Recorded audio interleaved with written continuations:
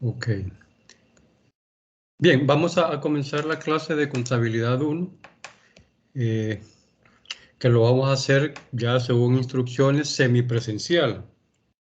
Se va a hacer clases virtuales y se van a hacer las presenciales. Desde ya les digo que la presencial para el otro sábado va a ser en la B5.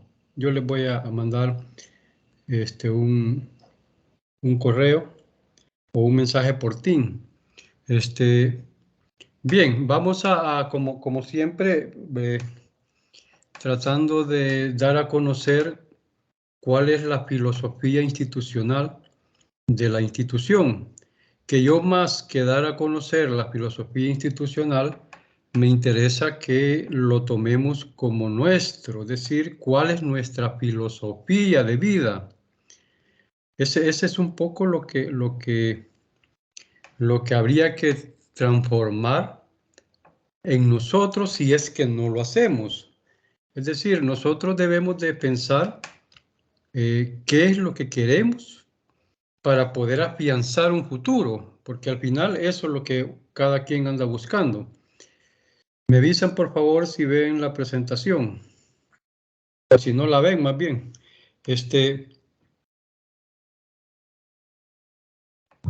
Entonces, dar a conocer Sí se ve. Se ve, ¿verdad? Gracias. Dar a conocer la filosofía de la institución es como también transmitirles a ustedes cuál es su derecho, ¿verdad? Siempre hay, digamos, la doble llave en una relación, ¿verdad? Los derechos y las obligaciones. Entonces nosotros, para las carreras que estamos estudiando, para cualquier carrera universitaria, si nosotros nos queremos llamar profesionales, porque somos titulados, ¿verdad? Obtenemos licenciatura, obtenemos ingenierías, obtenemos también maestrías, quienes llegan a ese nivel, pero el profesionalismo se lo da ¿cómo se llama? Esa integridad que usted ha logrado en el tiempo. Entonces yo lo que trato siempre cuando les leo la misión institucional, que ustedes de a poco se lo van a ir aprendiendo casi de memoria, es qué significa que la universidad pues tenga esa misión, ¿verdad? Formar profesionales capaces de leer la realidad desde diferentes perspectivas. Cuando uno se casa con una idea, con una ideología y pierde de vista lo que está alrededor, entonces se está convirtiendo en, digamos, en un ente que puede ser manipulable o puede manipular. Va a depender de la parte de liderazgo que nosotros manejamos. Cuando hablamos de formar, yo me voy a la palabra construir. Cuando la universidad dice formar profesionales, el sistema pedagógico que la universidad utiliza, que es el constructivismo sociocultural, es que entre los dos, entre el docente y ustedes como estudiantes, vamos a construir los conceptos que están alrededor del hecho que se está sucediendo. La idea de construir es generar aquel ambiente que facilite nuestro trabajo. Y estoy hablando en todo sentido, en relaciones interpersonales, en conocimiento, en cómo se llama, en la estructura organizativa que hay en la empresa, es decir, generar ese ambiente de empatía que obviamente la frase trabajo en equipo no está por gusto, sino que la idea es que cada quien haga lo que le corresponde de acuerdo a las actividades que le han sido asignados. Cuando hablamos de la capacidad, hablamos de la competencia, y ese es un poco lo que ustedes deben de buscar cuando están estudiando ya universitariamente. La ventaja con la Universidad Técnica, la Universidad Técnica Latinoamericana, es que son pocos los estudiantes en relación a otras universidades, que ya les iba a decir el nombre, pero lo que quiero decir con esto es que ustedes, por ser pocos, tienen toda la oportunidad de preguntar todas sus dudas. Cualquier duda que ustedes tengan, se la tienen que hacer al docente, ¿verdad? Siempre y cuando sea de la materia, Y porque aún de la materia no somos todólogos, ¿verdad? Sino que también hay cosas que no las conocemos, pero a sus preguntas nosotros enriquecemos. Se enriquecen ustedes y nos enriquecemos nosotros como digamos, docentes, pues, de la materia que estamos tratando de impartir.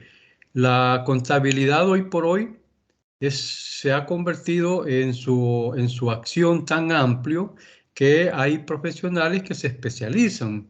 Hay quienes se especializan en el área tributaria, hay quienes se van a la auditoría y dentro de la auditoría pues hay tipos de auditoría, ya personas que se dedican a la auditoría forense, ¿verdad? Ya es una especialización, es algo bastante complejo porque no es fácil realizar una auditoría forense.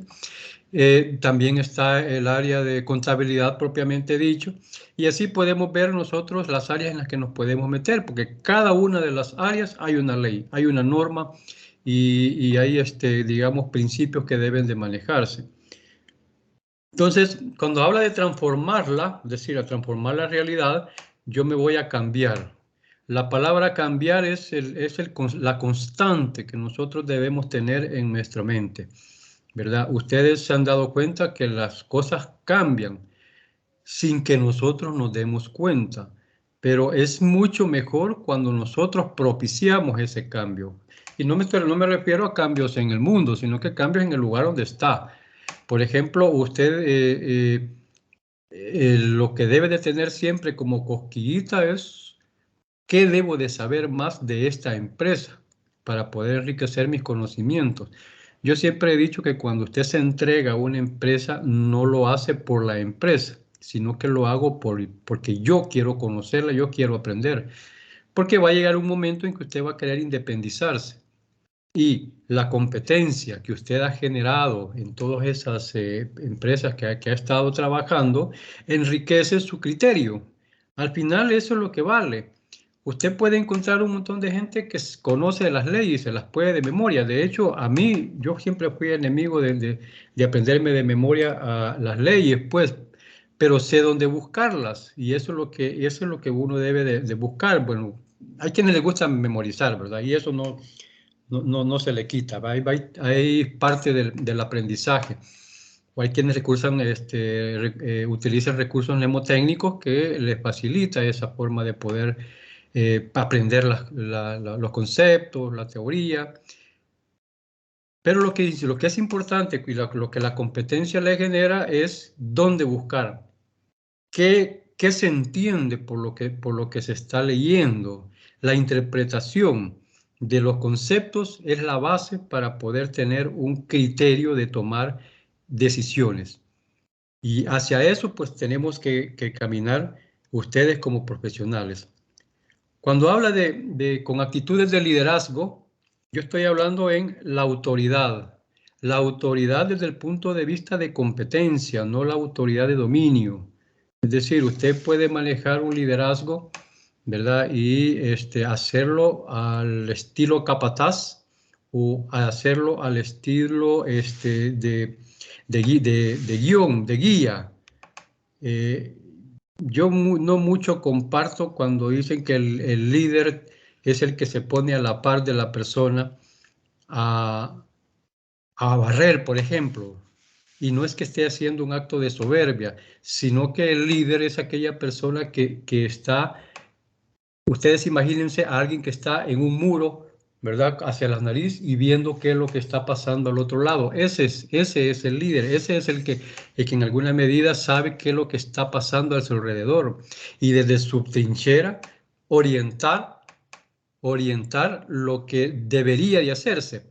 Nosotros los contadores utilizamos una frase que tiene que ver con el cumplimiento, que es el deber ser. Nosotros debemos, como líderes, ¿verdad? Como jefes, como gerentes, como directores o lo que sea, o como dueños de la empresa, debemos de no imaginarnos, sino que estructurar la organización con la mente del deber ser. El deber ser es, por decir algo, la perfección de lo que se tiene que hacer, pero sabemos que en el camino somos humanos y cometemos muchos errores, pero los errores también hay que tomarlos como un aprendizaje. Claro, habría que ver si el error se comete por trabajar o el error se comete por mala intención. Y ahí es donde viene su discernimiento y decir, no, este no me conviene porque no lo está queriendo hacer bien. Y hay otros que hacen la lucha, ¿verdad? De querer hacer bien las cosas y nunca les salen bien. Porque él así es, pues, y él tiene que buscar su lugar donde encajar, ¿verdad? Hay quienes estamos en el lugar equivocado y queriendo aprender porque nos da prestigio, porque nos sentimos importantes, pero realmente esa parte no es de nosotros, pues. Realmente tenemos que ir donde podemos encajar y sabemos que podemos salir adelante. Claro, está aquella frase que dice que hay que salirnos del lugar de confort, ¿va? Pero eso hay que saberlo aplicar. Es decir, si yo me voy a salir de lo que estoy haciendo y lo estoy haciendo bien, y me voy a salir solo porque quiero demostrar que puedo hacer otras cosas, pues tendría que pensarlo cómo lo voy a estar haciendo y no arruinar lo bien que he hecho. Es una cuestión de aprendizaje, ¿verdad? De cómo se llama, de vivencia, pero hay que aprender de esa historia. La frase famosa de que no aprende de la historia vuelve a repetir los errores, ¿verdad?, que ha cometido. Y eso es lo que no debemos permitir como personas conscientes, personas con cognición. Dice, liderazgos generadores y visionarios e impulsadores de valores y principios. Este debe de ser su primicia en su quehacer, digamos, laboral, en su quehacer profesional y su quehacer de vida cotidiana, ¿verdad? Los valores y los principios son los que le generan a usted la integridad como persona. Lo importante es que usted se sienta orgulloso de lo que ha logrado por sus propios méritos y no de alguna manera lograrlo digamos, a cuenta de otras personas que ha logrado, que lo que les ha provocado algún tipo de insulto. Cuando hablamos de impulsar, estamos hablando del estímulo, ¿verdad? Es decir, hay diferentes formas de cómo sentirse estimulado. Antes, los poderosos, ¿verdad? Que aún siguen siendo poderosos, pero antes ellos sabían que tocarle el hombro al empleado ya se sentía estimulado porque el Todopoderoso ya lo había tocado y usted se sentía pues ya impulsado para hacer el trabajo como debe. Hoy pues ya hemos tomado conciencia y las cosas no funcionan de esa manera. Es decir, el generar un ambiente armonioso dentro de la empresa es fundamental para que todos trabajen de manera como le corresponde hacer, con el deber ser de trabajar. El estímulo viene en varios sentidos y es lo que debe de prevalecer para poder tener esa vitalidad de generar el trabajo. Un estímulo para mí podría ser que usted tenga el conocimiento del funcionamiento de la empresa porque se está enriqueciendo de eso. Es decir, le da la oportunidad de aprender dentro de la empresa. Está la frase que dicen que yo hice carrera dentro de la empresa. Quiere decir que anduve en todos los puestos. De hecho, mi experiencia es que cuando tuve el primer trabajo, yo llegué como ordenanza. Y en términos ¿qué? De 10 años, yo llegué a ser gerente. Claro, tuvieron que pasar 10 años para yo llegar a ese punto, pero yo pasé por toditos los puestos de la empresa. Yo me sentí estimulado porque me daban la oportunidad de formar esa parte. Cuando llegué a ser gerente, yo ya no sentí como el deseo de seguir, digamos, en esa empresa porque ya había topado, pues, y yo estaba todavía en la edad de querer aprender más cosas. Entonces me cambié de trabajo. Y así pues he ido creciendo en todos los diferentes tipos de trabajo. Yo he estado en trabajos era una cooperativa, ¿verdad? He estado en cooperativas, he estado en empresas de comercio, que era una venta de repuestos, he estado en una empresa industrial, estuve en un proyectos de organizaciones internacionales, de la AID, de la Unión Europea, He estado como consultor, ¿verdad? Es decir, he estado, y hoy como docente, el enriquecimiento que yo he tenido en todos esos espacios es lo que uno se va generando como estímulo. Y siempre digo que el estímulo es hacia uno mismo. Usted puede generar su propio estímulo. Si usted genera su propio estímulo, pues obviamente lo va a reflejar hacia los demás. Cuando habla de orientados al desarrollo, estamos en el crecimiento. Desarrollo social y económico. Acordemos con nosotros que nosotros somos entes sociables, ¿verdad? Que vivimos en una sociedad. Y eso indica que tenemos que manejarnos sobre ciertas reglas que nos permiten estar en convivencia. El desarrollo económico y social no solo es para mi persona, sino que procurar que los que están alrededor mío también logren su propio desarrollo. En términos tácitos, desarrollo y crecimiento son dos formas de decir que va digamos, en la vía correcta.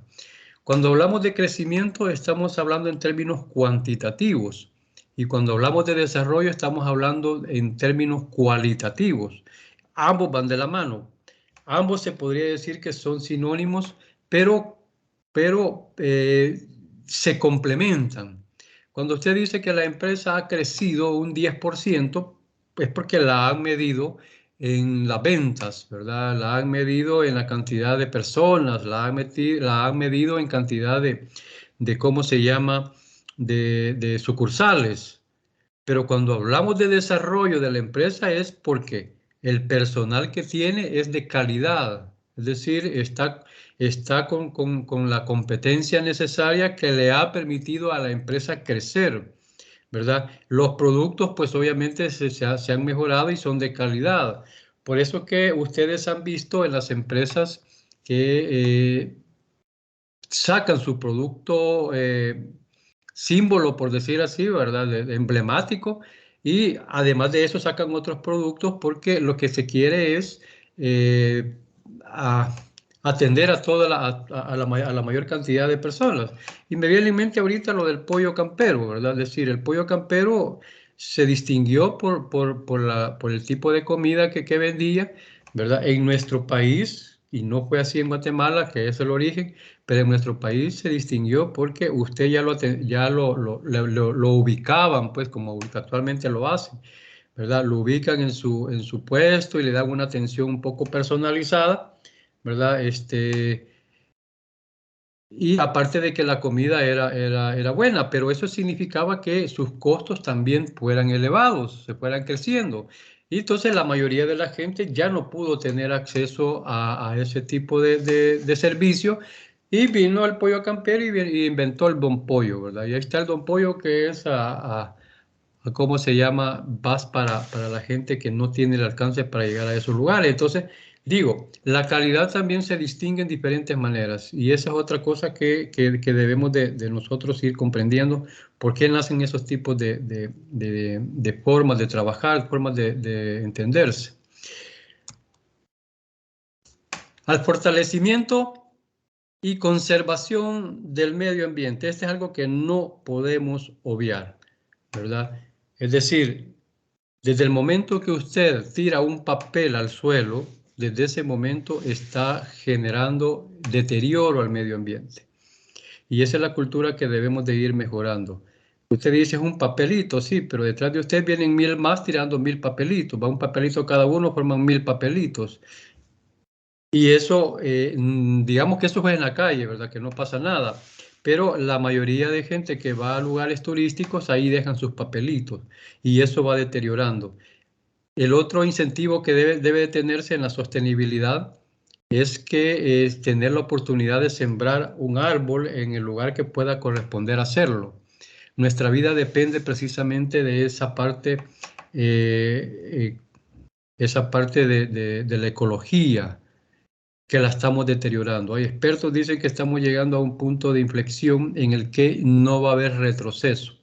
Es decir, llegamos al límite de lo que se pueda todavía hacer para mantener el medio ambiente y el otro que ya va a ser de bajada. Es decir, ya por mucho que usted quiera hacer y mejorar el medio ambiente, ya no lo va a lograr porque ya la naturaleza no va a poder revertirse. Entonces es importante que tomemos conciencia desde nuestro punto de vista, ¿verdad? Que no pertenezca usted a un grupo ecológico, etcétera, etcétera, por cualquier razón, ese es otro pisto, pero desde el momento que nosotros empezamos a hacer conciencia, ¿verdad?, de lo que es el deterioro que está teniendo el medio ambiente, obviamente nosotros vamos a ir mejorando.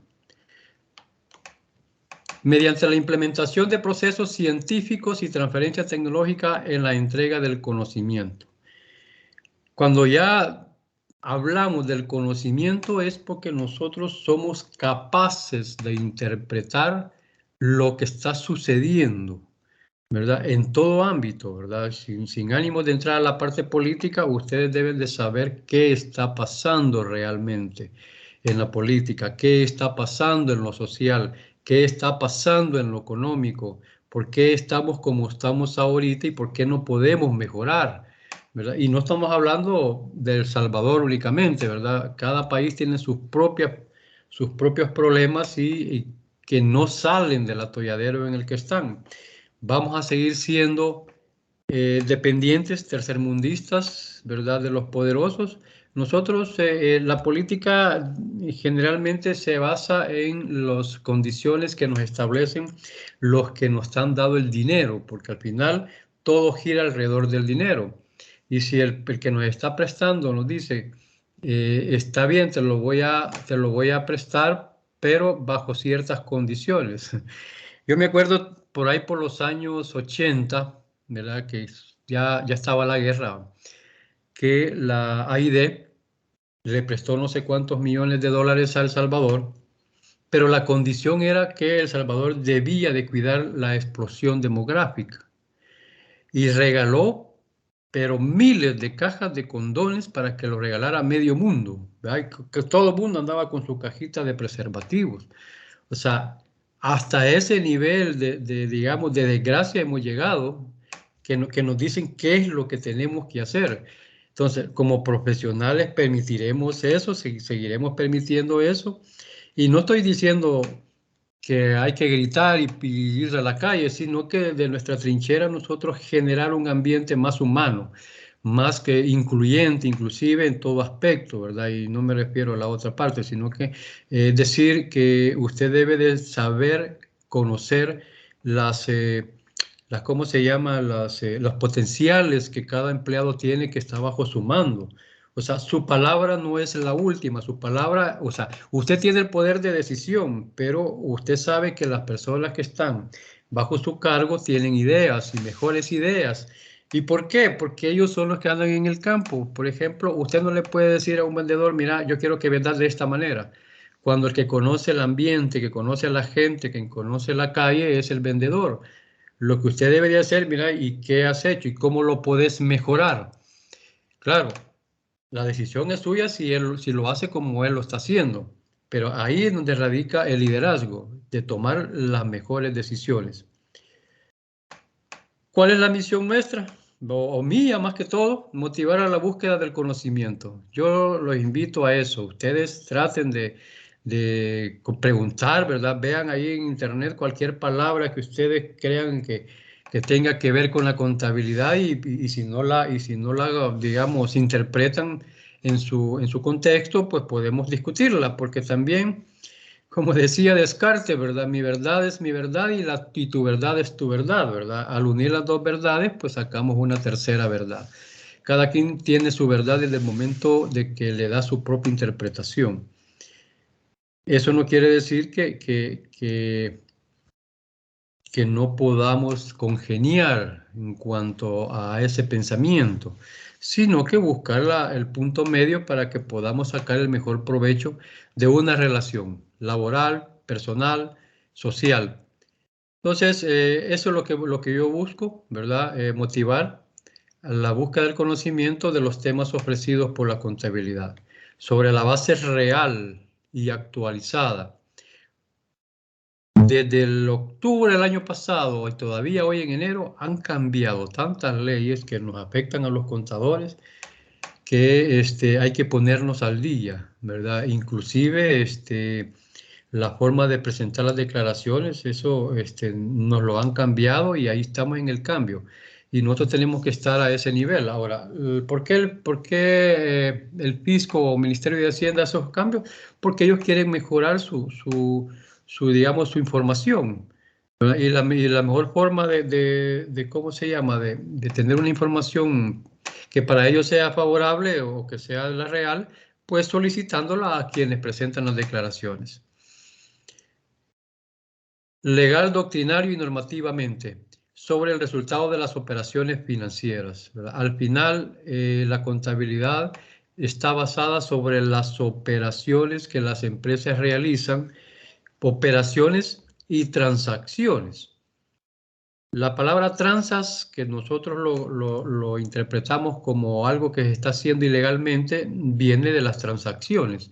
O sea, no es algo de que sea de ilegal, sino que las transacciones es ese ámbito de negociación entre una persona y otra para llegar a un acuerdo y poder generar, digamos, la relación comercial que se pueda tener.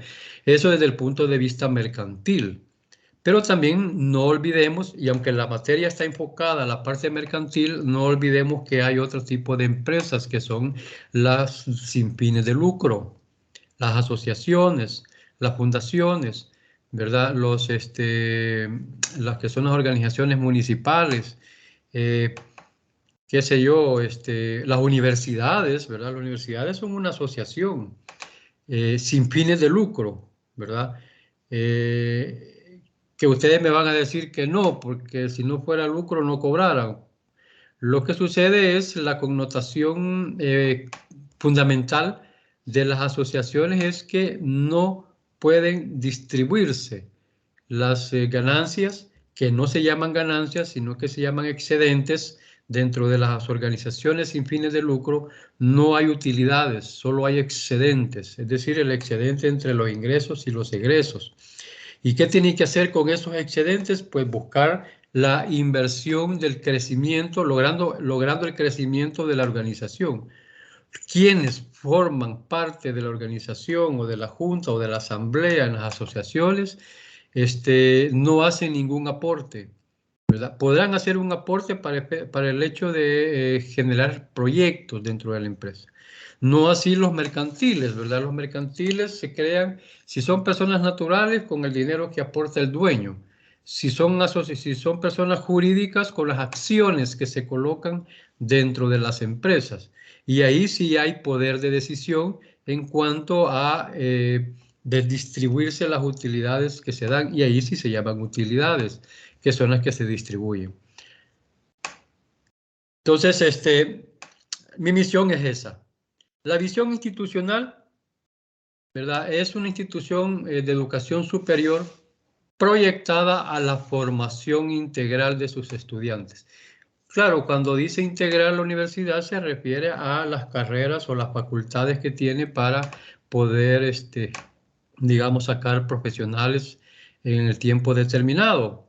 Pero también la integralidad lo podemos ver en las distintas materias que tiene la malla curricular. Por ejemplo, ustedes ven ética, ¿verdad? Y muchos no le dan la importancia porque dicen que es aburrida, ¿va? Que estar leyendo y que no sé qué. Pero la ética es la fundamental para poder realizar su trabajo de manera íntegra.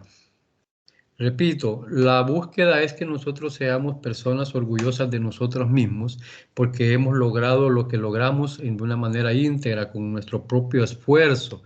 Entonces, la ética nos da las herramientas o las líneas de cómo debemos de operar. De hecho, los contadores tenemos un código de ética. Hay unas organizaciones, no sé si todas las carreras lo tienen, el código de ética, pero sí hoy, por ejemplo, se acaba de aprobar la ley de ética, ¿verdad? En la asamblea. La universidad tiene un apartado donde está la ley de ética para las instituciones universitarias, etcétera. Ahí podemos ir viendo. Fortaleciendo en ello, dice la autoestima. La autoestima es que usted se sienta seguro de lo que está haciendo y diciendo, y que lo que dice tiene que ser coherente con lo que hace. La creatividad. Usted siempre tiene que buscar la facilidad de cómo realizar o buscar cómo le es fácil realizar su trabajo. Esa era la palabra.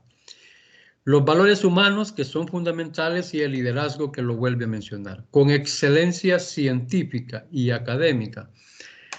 Nosotros nos volvemos científicos desde el momento que empezamos a preguntar por qué las cosas se dan como se están dando en su trabajo. ¿Y por qué hacen este movimiento que hacen? Pues no le veo el sentido.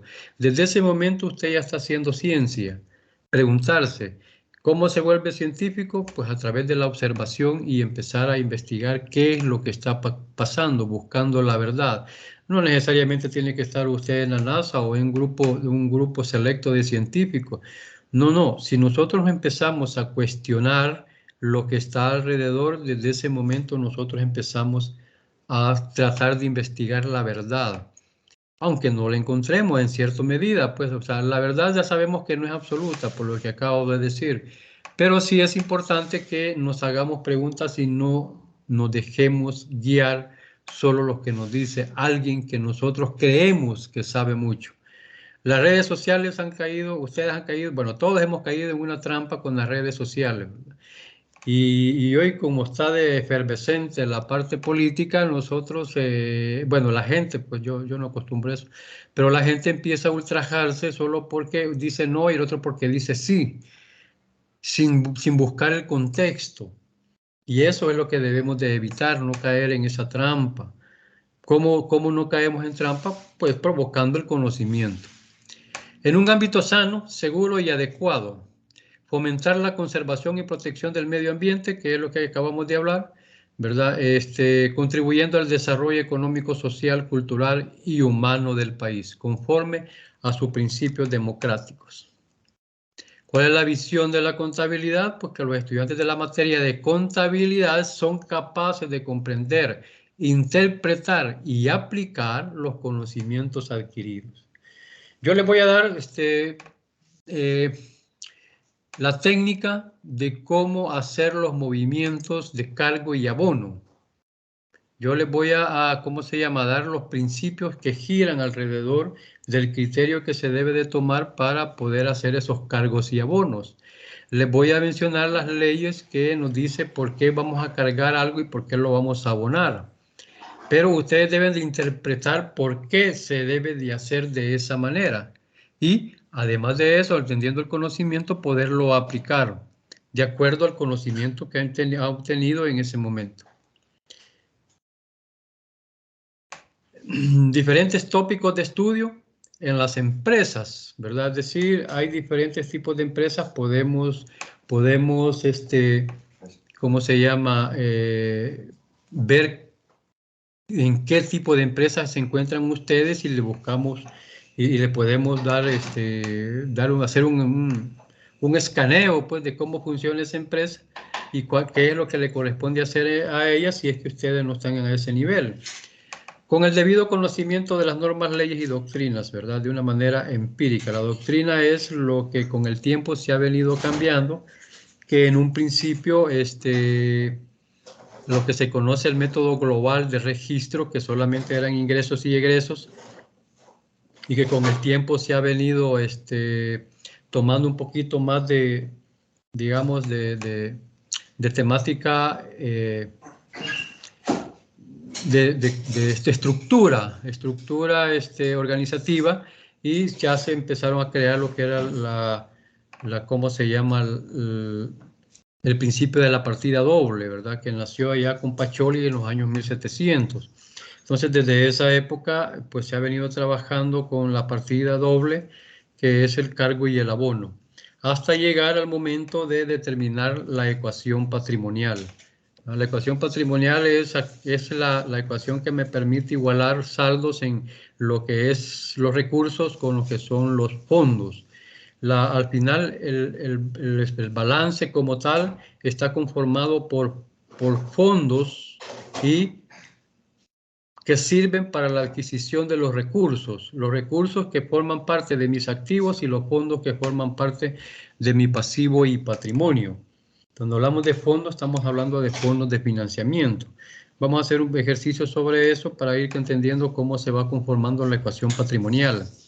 Al final, pues lo que dice, como los mismos fondos me están sirviendo para adquirir los recursos, quiere decir que lo que yo tengo como parte del pasivo y patrimonio debe de ser igual a lo que yo tengo en los recursos que he adquirido para poder funcionar. Palabras claves que vienen de la visión. Provecho. Formación integral, ¿verdad? ¿Qué significa la formación integral? Es un proceso continuo, permanente y participativo que busca desarrollar armónica y coherentemente todas y cada una de las dimensiones del ser humano. Su formación integral lo aplicamos en la materia, lo aplicamos en todas las materias, lo aplicamos en su carrera y lo aplicamos en su vida profesional. Es algo que debe de procurar constantemente. Ahí involucra la parte ética, la parte espiritual, ¿verdad? Aunque digamos que somos ateos, siempre somos espirituales. Cognitiva, ¿verdad? Que es parte del conocimiento adquirido. Afectiva, que es la empatía que debemos de generar. Comunicativa, que debemos de generar. Hay un manual, no es un manual, sino que es un método. Tal vez no es método, sino que es, digamos, son instrucciones. No, no son instrucciones.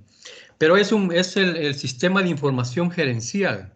Los administradores, si logran dominar esa forma de poder estructurar el sistema de información de una empresa, ganarían mucho. Pues solo hacer un sistema de información en una empresa grande, por supuesto, por lo menos lo que deben cobrar deben de ser unos $4,000, porque lograr generar ese sistema de información en la que todos sabemos qué tenemos que hacer y qué no tenemos que hacer en el momento preciso, está dado precisamente por ese sistema de información que tenemos, ¿verdad? Y está, digamos, engranado en la empresa, que ninguna pieza choca, es decir, todos pasan de un lugar a otro sin necesidad de interrumpirse. Llega al límite de que en caso de un siniestro, le dice qué tiene que hacer usted en ese momento determinado. Por ejemplo, por poner un ejemplo así brusco, es terremoto. Lo primero que le dicen es meterse bajo el escritorio, ¿ya? Le dicen no correr a las escaleras, porque las escaleras son las estructuras más débiles que hay dentro de un edificio. Es decir, la escalera es algo que está añadido, ¿verdad? No es parte de la estructura del edificio, y entonces cuando hay un terremoto lo primero que se cae es la escalera. Entonces, que vaya debajo, en medio de una viga, o sea, ese tipo de situaciones es la que le dicen en la situación de siniestro. En raza, por ejemplo, la raza que es la destiladora de petróleo para formar lo que son los combustibles que nosotros utilizamos, cada quien sabe qué válvula, en caso de incendio, qué válvula tiene que ir a cerrar.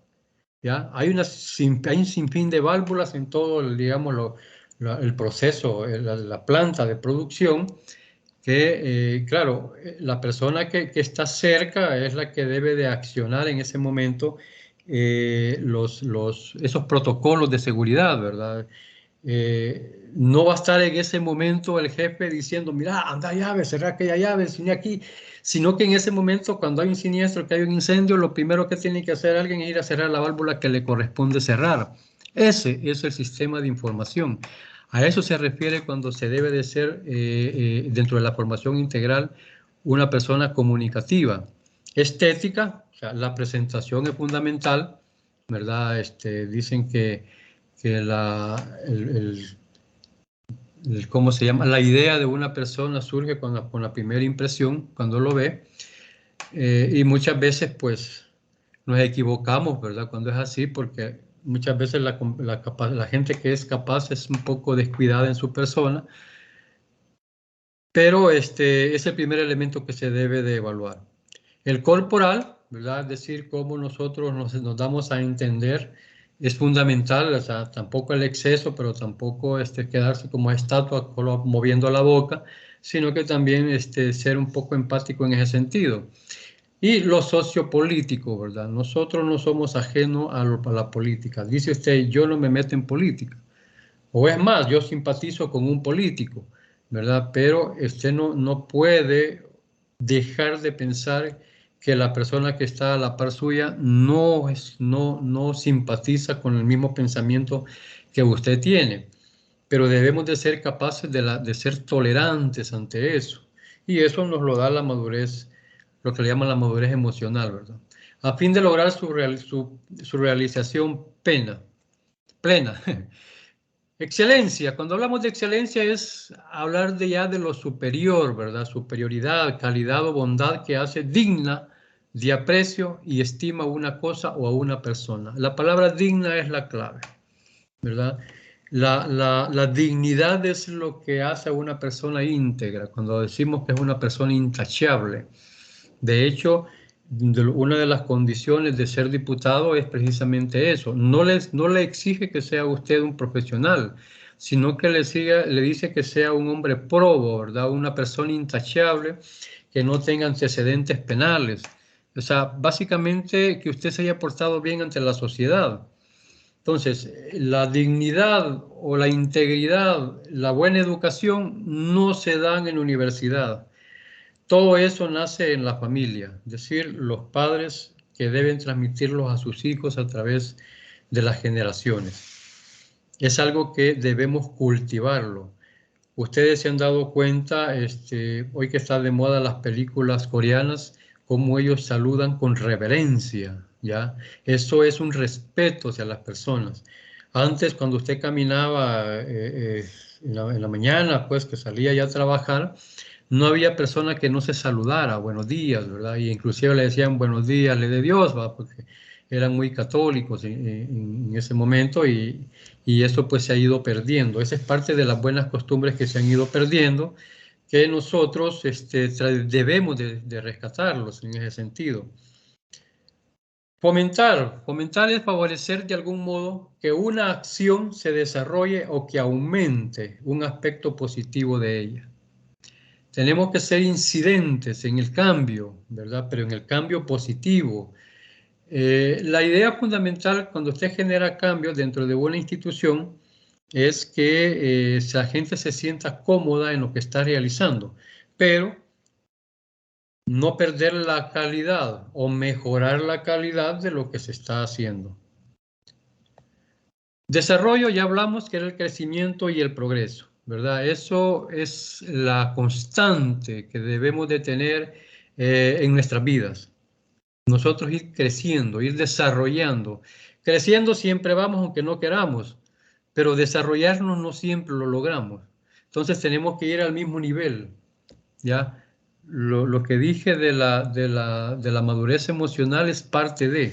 Usted puede crecer, ¿verdad? Hasta llegar a los 30, 40 años y seguir actuando como una persona que realmente no ha aprendido nada de la vida, porque no lo ha tomado en serio, ¿verdad? No es que no seamos capaces, simplemente no tomamos en serio lo que tenemos, porque a muchos se nos facilita, ¿verdad? Hay quienes se les facilita la vida porque los papás que vienen desde abajo y no saben ustedes qué fue el sacrificio que hicieron y a veces cosas malas que hicieron para llegar a darles la vida cómoda que cada uno de algunos muchachos pudieron tener. Y como no lo sintieron de esa manera, pues despilfarran la vida de esa manera. Así como fácil le llega, fácil lo sacan. Y eso es la educación que los padres deben transmitir a los hijos. Es cierto que debemos desearles lo mejor, ¿verdad? Y debemos procurarles lo mejor, pero a la vez hacerles conciencia de lo que cuesta ganarse el dinero. Yo me acuerdo antes, no sé si todavía lo hacen, pero los empresarios, me di cuenta, por ejemplo, con el Demur Comercial, ¿ya? Él era el dueño de la distribuidora, pero tenía el hijo que lo mandó a distribuir productos en bicicleta, al hijo de él, ¿ya? Él estaba procurando que su hijo tomara conciencia de lo que costaba, de lo que al papá le costaba ganarse el dinero. E inclusive le decía a cómo se llama el jefe de él, que lo tratara como otro empleado más. Entonces, a ese nivel llegaban el tipo de educación que se impartía de padres a hijos, lo que sucedía en el campo. El papá iba a la milpa y se llevaba a los hijos, pues, y los hijos sabían lo que era tener el trabajo en campo. Hoy en día, las remesas han malcriado a mucha gente, ¿verdad? Y de hecho la economía se ha mantenido a flote a pesar de todas las precariedades que tenemos, porque el país no produce nada, es decir, no produce para ni siquiera para la subsistencia. Nosotros necesitamos importar de otros países para poder obtener los productos básicos de alimentación, ¿verdad? Frijoles, maíz, frutas, verduras, ¿verdad? E inclusive la carne que viene de Nicaragua muchas veces o de otros países, porque no hay producción. ¿Ya? Si nosotros no tuviéramos la remesa de las 6.000 millones de dólares que vienen anuales, nosotros estuviéramos en unas condiciones súper precarias, quizás igual que Haití, ¿verdad? Porque Haití es el país más pobre de Latinoamérica. Pero gracias a las remesas nosotros, la economía está en una situación no muy desquebrajada. Pero ¿qué pasó con las familias desintegradas? Las familias disfuncionales, ¿verdad? De aquellos que se vieron en la necesidad de irse fuera del país para poder trabajar y mandar dinero. Los que reciben el dinero acá, ¿verdad? Ya no aprecian, solamente dicen, ah, ya me mandan dólares, pero no saben qué sacrificio hace el señor que está allá en el exterior para poder enviarles esos billetitos. Y eso es lo que se ha perdido, ¿verdad? El reconocimiento de lo que es el trabajo y ¿cómo se llama? El orgullo de obtener lo que se tiene por el mismo esfuerzo que se está haciendo. Los principios no deben ser, digamos, obviados en ningún momento, que son las normas que orientan la acción de un ser humano, cambiando las facultades espirituales, racionales, aliados con la ética. Facultades espirituales, ¿verdad? Aquí no estamos metiendo religión.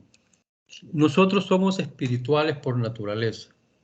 Necesitamos creer en algo. Ya eso es algo que nos genera cierta espiritualidad, ¿verdad? No se puede explicar. Es como que me pregunten dónde está el alma, pero dicen que ahí la tenemos.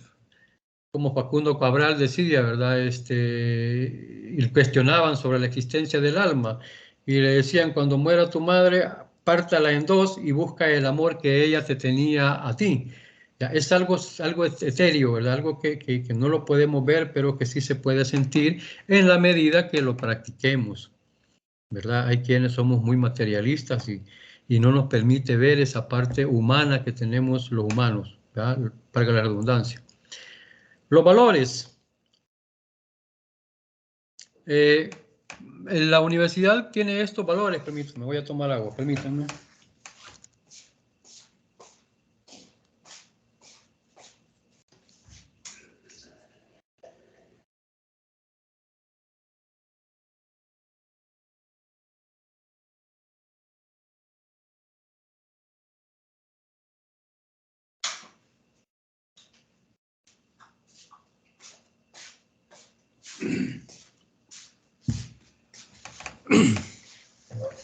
Necesito tomar agua porque se me seca la boca y con la diabetes más se me seca.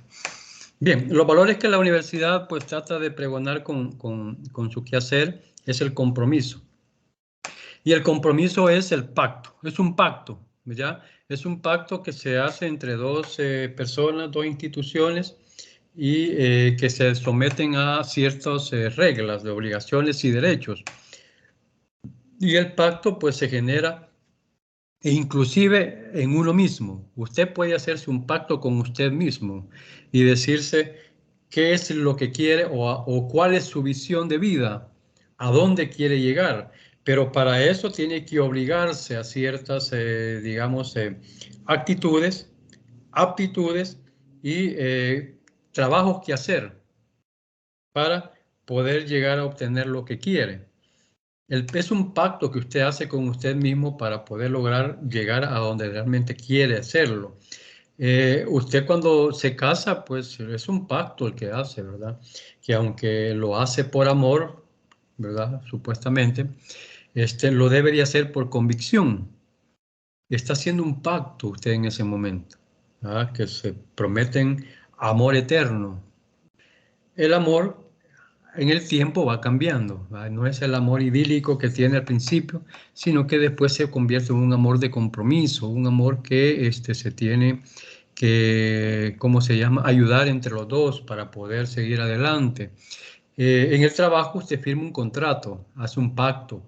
Y en todo lo que usted, acción que usted toma, siempre hace un pacto. Con la universidad hizo un pacto, ¿verdad? Al llenar la solicitud y firmó, y la universidad le puso el sello que lo aceptó, en ese momento usted ya firmó un pacto.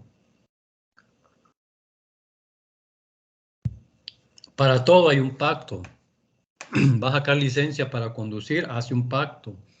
Ya, o sea, anda en la calle circulando, usted hace un pacto con la municipalidad, ¿verdad? Esa famosa impuesto de vialidad es un pacto, es decir, lo que pasa es que casi nadie lo paga, pero la vialidad es un impuesto que usted tiene, que usted le paga a la alcaldía por el derecho de circular en la calle.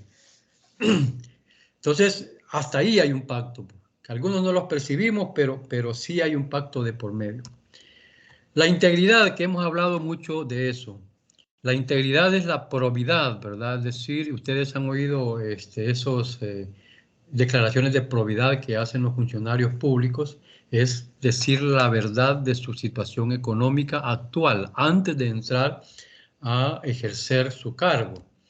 Esa es una declaración en la que dice, mire, yo solo tengo ¿qué? Un perrito, una casa o un cuarto en un mesón que estoy alquilando.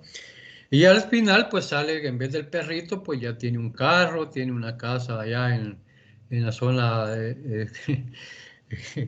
la zona pues más alta de El Salvador y ha viajado por todo el mundo, etcétera, ¿verdad? Y lo que dice es que usted pues no tenía casi nada y hoy tiene un montón, pero pues gracias al trabajo arduo que realizó como funcionario público. La honradez pues es fundamental. Rectitud. La entereza, que es lo que yo he señalado más acá, que la entereza es precisamente esa fuerza, esa fuerza de voluntad que usted tiene de querer lograr lo que quiere, ¿verdad? Y lo va a hacer con la integridad necesaria para que nadie ni nada le diga que o lo vaya a cuestionar de sus actos. Uno no es humano, ¿verdad? Es decir, uno es humano, perdón, no puede decir que no cometió errores ni nada por el estilo. En la vida hoy en día hay tantas tentaciones que uno está dependiendo de la condición mental, ¿verdad? En que se encuentre, en un momento de depresión, en un momento de baja emotividad, o que lo ha dejado la cipota, qué sé yo, cualquier cosa que le vaya a suceder, uno tiene sus bajones y es el momento propicio para poder meter la pata en cualquier cosa.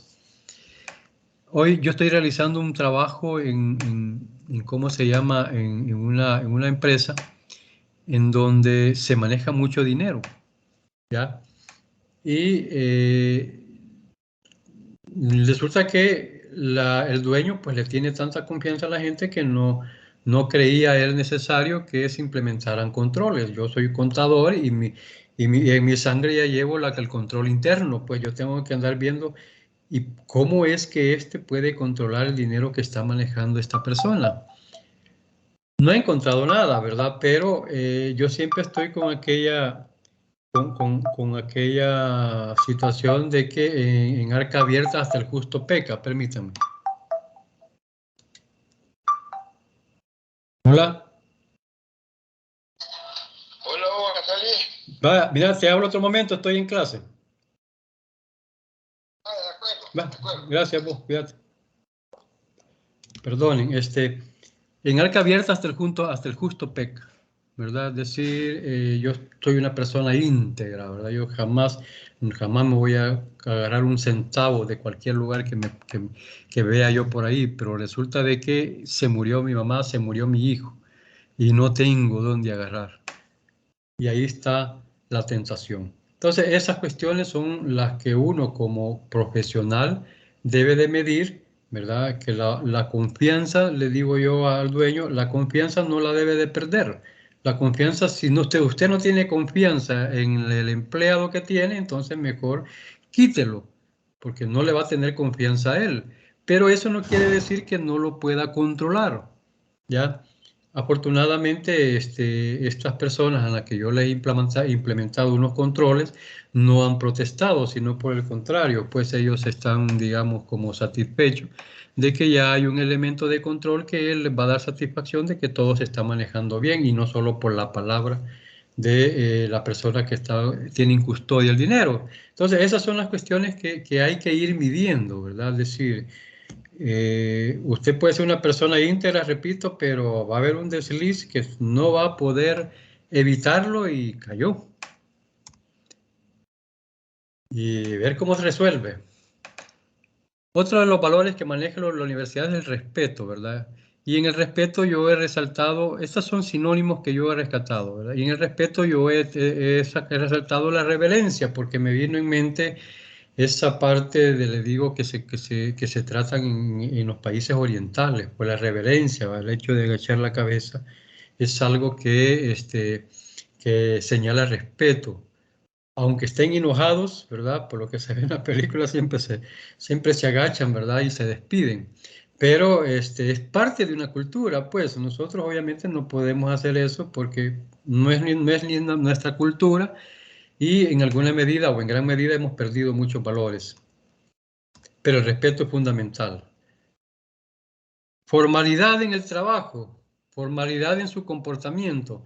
No quiere decir que usted va a andar con la cara empurrada y no va a hacer chistes en ningún momento. O sea, somos humanos y también debemos de preservar o cultivar más bien la sonrisa, como dicen, ¿verdad? Mayor sonrisa, menos arrugas.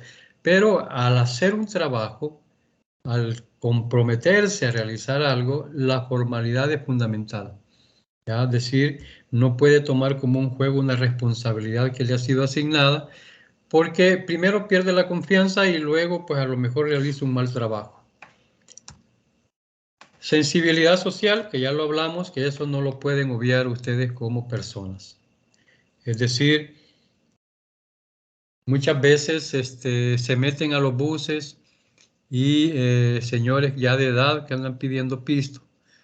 Lo primero que a mí me viene en mente por la vivencia, ¿verdad? Es decir, yo estuve trabajando en un proyecto siempre de la Unión Europea y uno de los proyectos por 5 años era construirle en el área de San Vicente, era construir 4.900 viviendas a aquellas personas que no tenían vivienda.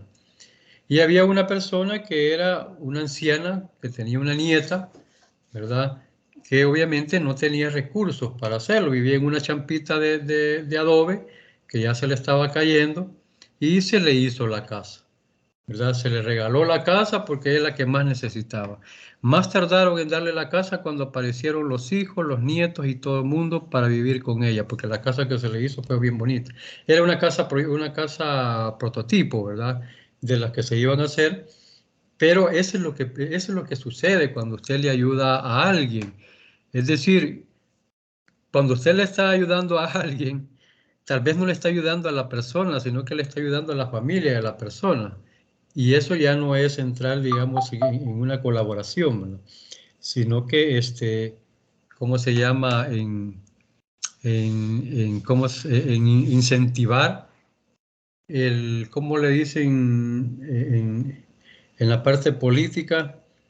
El estar regalando cosas que en lugar de enseñarles a ganársela, lo que estamos incentivando es que ellos vivan de la ayuda permanente. Y eso también lo vi en los proyectos, cuando fuimos a ver un reservorio de agua, un reservorio, perdón, de cría de camarones, y los productores, que eran campesinos, que vivían en el Bajo Lempa, vieron de que ya uno de los reservorios que tenían se les estaba arruinando. La pregunta era, ¿y qué van a hacer para el respecto? No, vamos a esperar que venga otra ayuda internacional para que nos ayude a construirlo. Es decir, ellos habían ganado dinero por la venta de camarones porque hasta los estaban exportando.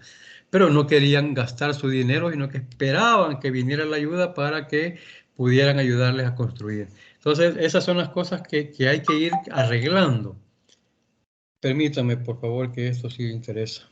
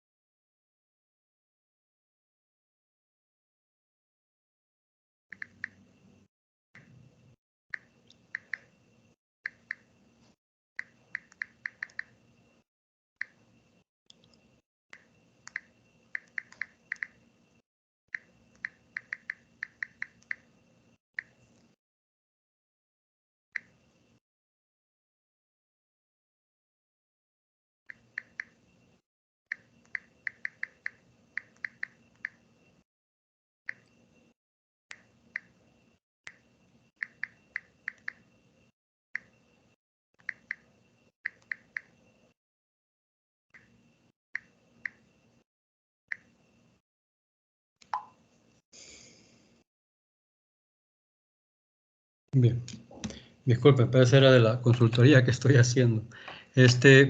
Entonces sí tenemos que ser un poco, digamos, cultivadores de valores. Cuando hablaba de competencia y una persona que tiene, digamos, esa condición digamos, de lograr que se desarrolle un buen trabajo, la misma competencia nos permite conocer a los tipos de personas. Y no es que dudemos al principio de ella, por el hecho de su primera impresión, ¿verdad?, que generan, sino que permita conocerlas para ver qué provecho se le puede sacar. Es que cada quien es bueno en lo que aprende, pues, y en lo que le gusta. Claro, si la empresa no tiene, digamos, esa actividad que al muchacho, pues, o la muchacha tiene actitudes o aptitudes, perdón, para hacerlo, entonces obviamente no lo va a necesitar. Pero si usted está haciendo una actividad que el muchacho, aunque no tenga el estudio, pero tiene esa aptitud, pues lo puede, digamos, encajar en ese trabajo. Y así se dan un montón de situaciones dentro de la vida laboral. Ok, ¿cuál es el objetivo de la universidad ya así en términos resumidos? Formar integralmente profesionales, ¿verdad? Mediante un modelo educativo actualizado que es el constructivismo que actualmente pues estamos queriendo implementar. Y en donde el centro de trabajo es el estudiante. El estudiante, va a tener, digamos,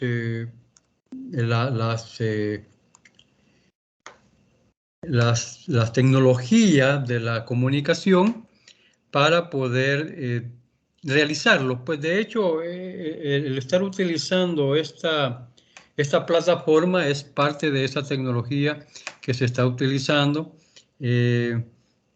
Cuando ustedes ven las TIC 1 y las TIC 2, pues están las computadoras con los programas que deben desarrollar. También le procura al estudiante el camino a la investigación y la proyección social.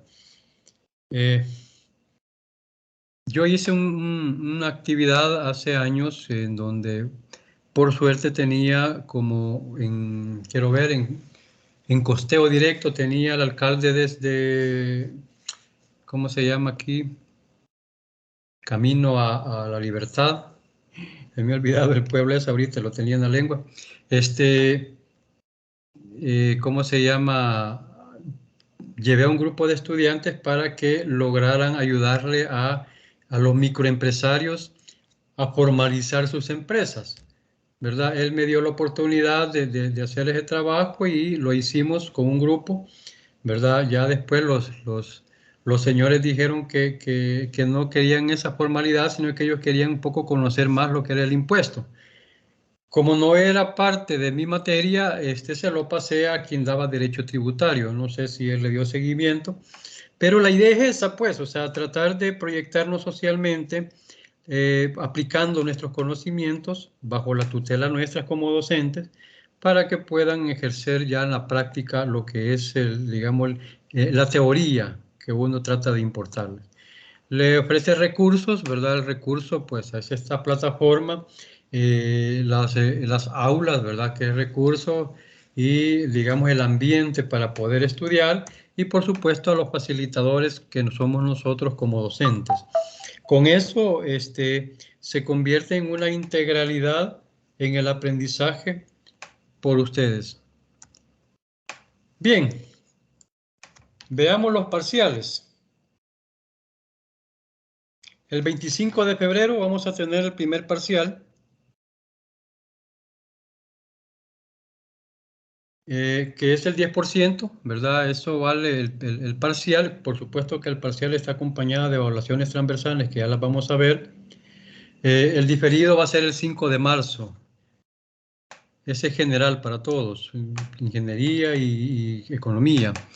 El segundo parcial es el 25 de marzo, ¿verdad? Es decir, que ese es lo que vale el 15%.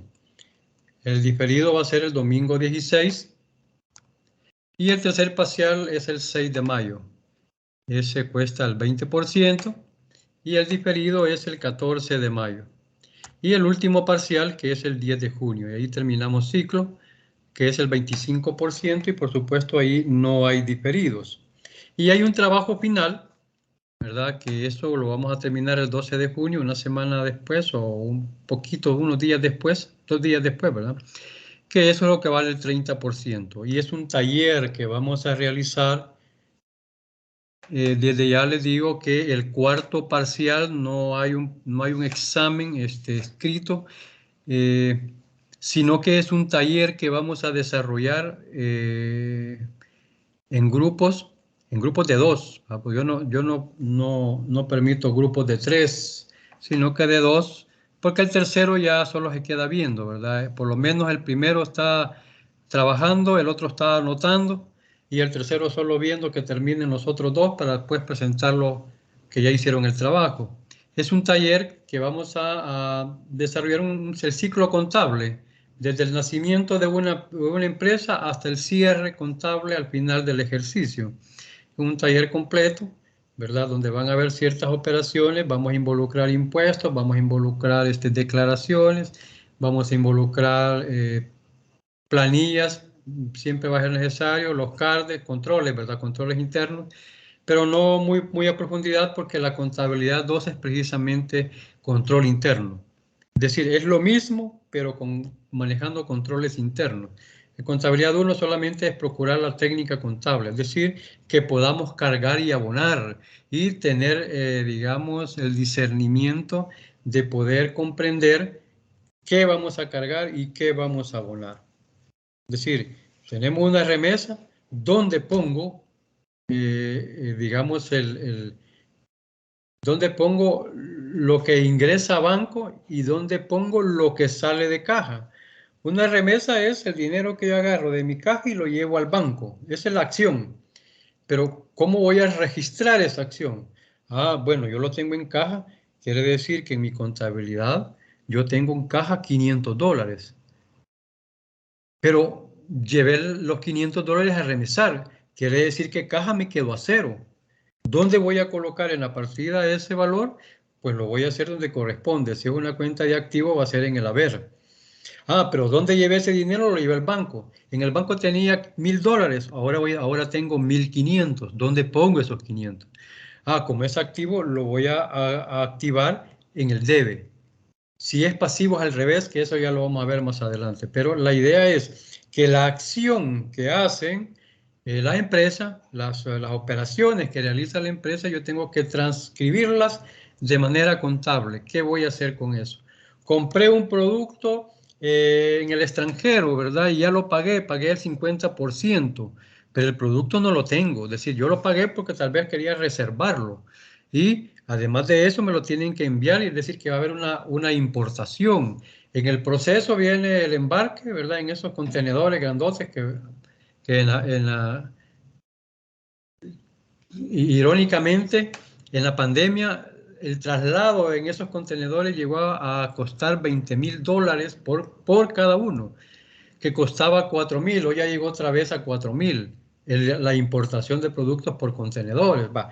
La cuestión es que viene y hay un seguro para que no le pase nada en el camino, y luego que entra a la aduana, y en la aduana le van a hacer una ¿cómo se llama?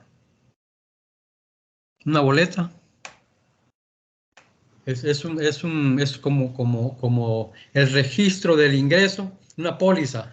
Se me están olvidando las palabras, pero ya es el Alzheimer, ahí me disculpo. La póliza, ¿verdad? En la póliza van a contemplar lo que fue el bodegaje, ¿verdad? Lo que fue, digamos, el traslado del producto dentro de la bodega, y luego pues el IVA, y luego pues el arancel, y le dan todo eso, y usted tiene que hacer un retaseo, ¿verdad? Un retaseo donde va a distribuir los costos. Esa es la acción, ¿verdad? Es decir, entre el producto, ahora, ¿cómo lo contabilizo? Eso es lo que vamos a tratar de aprender en esta materia. Los criterios pues se van a aplicar de acuerdo a normas y principios, incluyendo la ley. Para eso vamos a hacer ciertas actividades que son transversales, decía, que van a ser el 10% las tareas, talleres que vamos a hacer de ejercicios, unas investigaciones que van a hacer, bibliográficas, y el parcial, que vale el 50%. La suma de estos tres me da el 100. Quiere decir que de este 10% yo voy a distribuir las actividades de esta manera.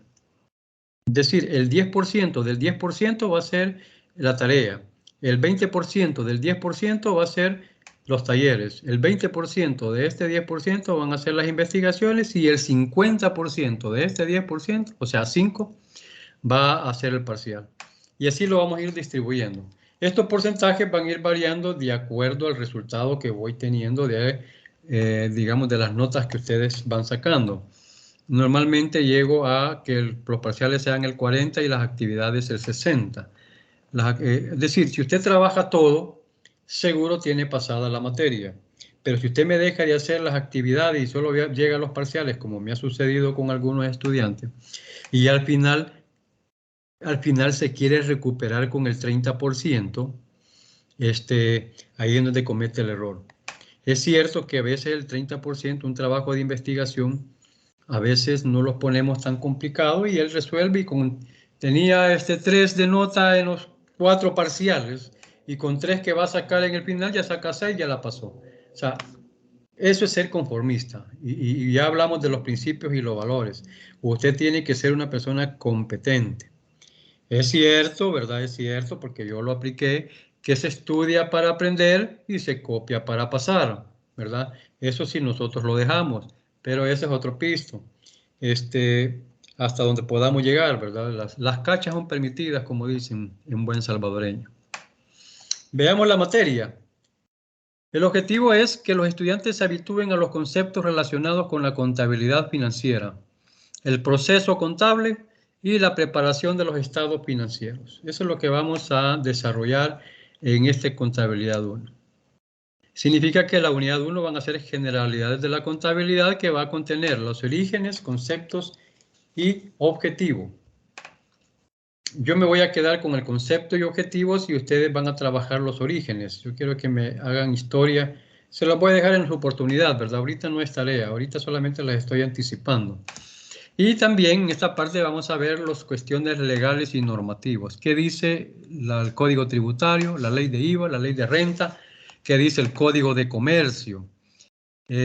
Vamos a quedar hasta ahí nada más, porque conforme vayamos avanzando, se van a ir viendo otras leyes y otras normativas. Las normativas vamos a quedar en la parte de las NIC, NIC 1 y NIC 2. La NIC 1, que son la presentación de los estados financieros, y la NIC 2, que se refieren a los inventarios. Unidad 2, la ecuación patrimonial y los estados financieros, ¿verdad? Esto hablamos un poquito qué era la ecuación patrimonial, y vamos a tratar de hablar sobre eso, en qué es la cuenta. Eso que les mencionaba yo, de dónde voy a poner el valor, si en el debe o en el haber, lo vamos a ver en la partida doble. Y por supuesto que vamos a tratar de establecer la estructura contable. Vamos a ver nada más la parte del catálogo y manual de aplicación. Y en contabilidad 3 vamos a ver lo que es el sistema contable para los que van para contabilidad. El sistema contable de una empresa contempla lo que es la estructura de la contabilidad, es decir, el catálogo. Y además también vamos a ver lo que es el ciclo contable y los estados financieros. Aquí vamos a desarrollar un ejercicio sobre eso que después, repito, en el taller ustedes lo van a desarrollar.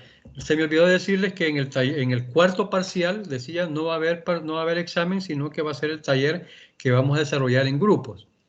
Ese mismo trabajo, el mismo trabajo que vamos a hacer en el taller en la universidad, es el que van a presentar formalmente en un documento como que fuera un trabajo de investigación para la quinta nota. O sea, no está difícil, pues, lo que pasa es que necesita interés de parte de ustedes. Los registros contables, pues vamos a ver lo que es digamos, el proceso de ajustes, por decirlo así, ¿verdad? De los registros vamos a llegar a la balanza de comprobación. La balanza de comprobación es un documento intermedio entre el libro mayor y el balance de situación. La balanza de comprobación es aquel estado financiero o más bien aquel informe financiero, porque no es un estado, sino que es un informe financiero que me contemplan todas las cuentas del balance y estado de resultados. Para también trabajar la hoja de trabajo, valga la redundancia, donde vamos a poner, vamos a manejar los ajustes que se hacen al final. Todos los contadores en toda contabilidad, al final tienen que hacer ajustes de cualquier naturaleza, que porque provisionó un valor allá por enero, llegó a diciembre y el valor sigue provisionado, quizás hubo un mal cálculo, qué sé yo, pues se elimina y se deja cero, ¿verdad? Es decir, hay que regularizar, digamos, la parte de las provisiones laborales, ¿verdad? Es decir, yo tengo una cantidad de X y ya se fueron algunas personas y por lo tanto se le dio nada más el 50% porque renunció, pero yo provisioné el 100%. Entonces lo que tengo que hacer es ajustarlo al 50% que se entregó a la persona, etcétera. Hay un montón de ajustes que vamos a ver en su momento. Cuando hablamos de estados financieros, que no me extendí ahí, vamos a quedarnos nada más en el balance general o balance de situación, que es lo mismo, y los estados de resultados o estados de resultados integrales, ¿ya? Los integrales son cuando la empresa que yo tengo en este momento ha hecho algún tipo de transacción con otra empresa, ¿verdad? De otra naturaleza, pero por decir algo le compró bonos de inversión a la otra empresa, entonces ya está haciendo negociaciones fuera de lo que le corresponde hacer a la empresa. Eso es lo que se conoce como actividades relacionadas y que hay una ley precisamente que controla ese tipo de transacción. Porque esa era la práctica antes para evadir impuestos. Hoy ya no se puede evadir por las leyes que han ido surgiendo. Por último, pues el caso práctico que yo ya les mencioné, ¿verdad? Vamos a desarrollar el ejercicio completo sobre el ciclo contable. Esta es la bibliografía, ¿verdad? Fundamentos de contabilidad, guía de estudio, que ahí están en la universidad. El de Romero, que es, digamos, el más usado, principios de contabilidad. Y contabilidad 1 de Henry. Pero la que más se utiliza es la de Romero. Estos son los recursos digitales que tiene la universidad en el caso de que usted quiera consultar en la web.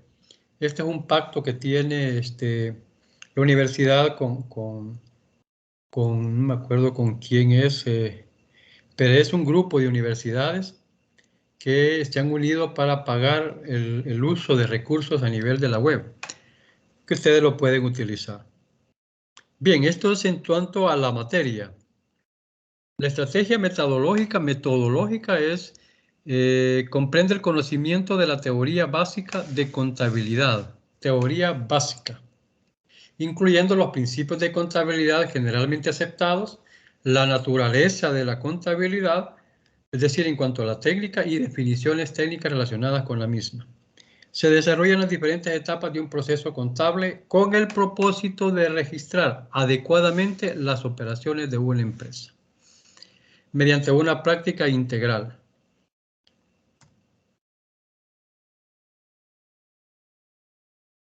Ok.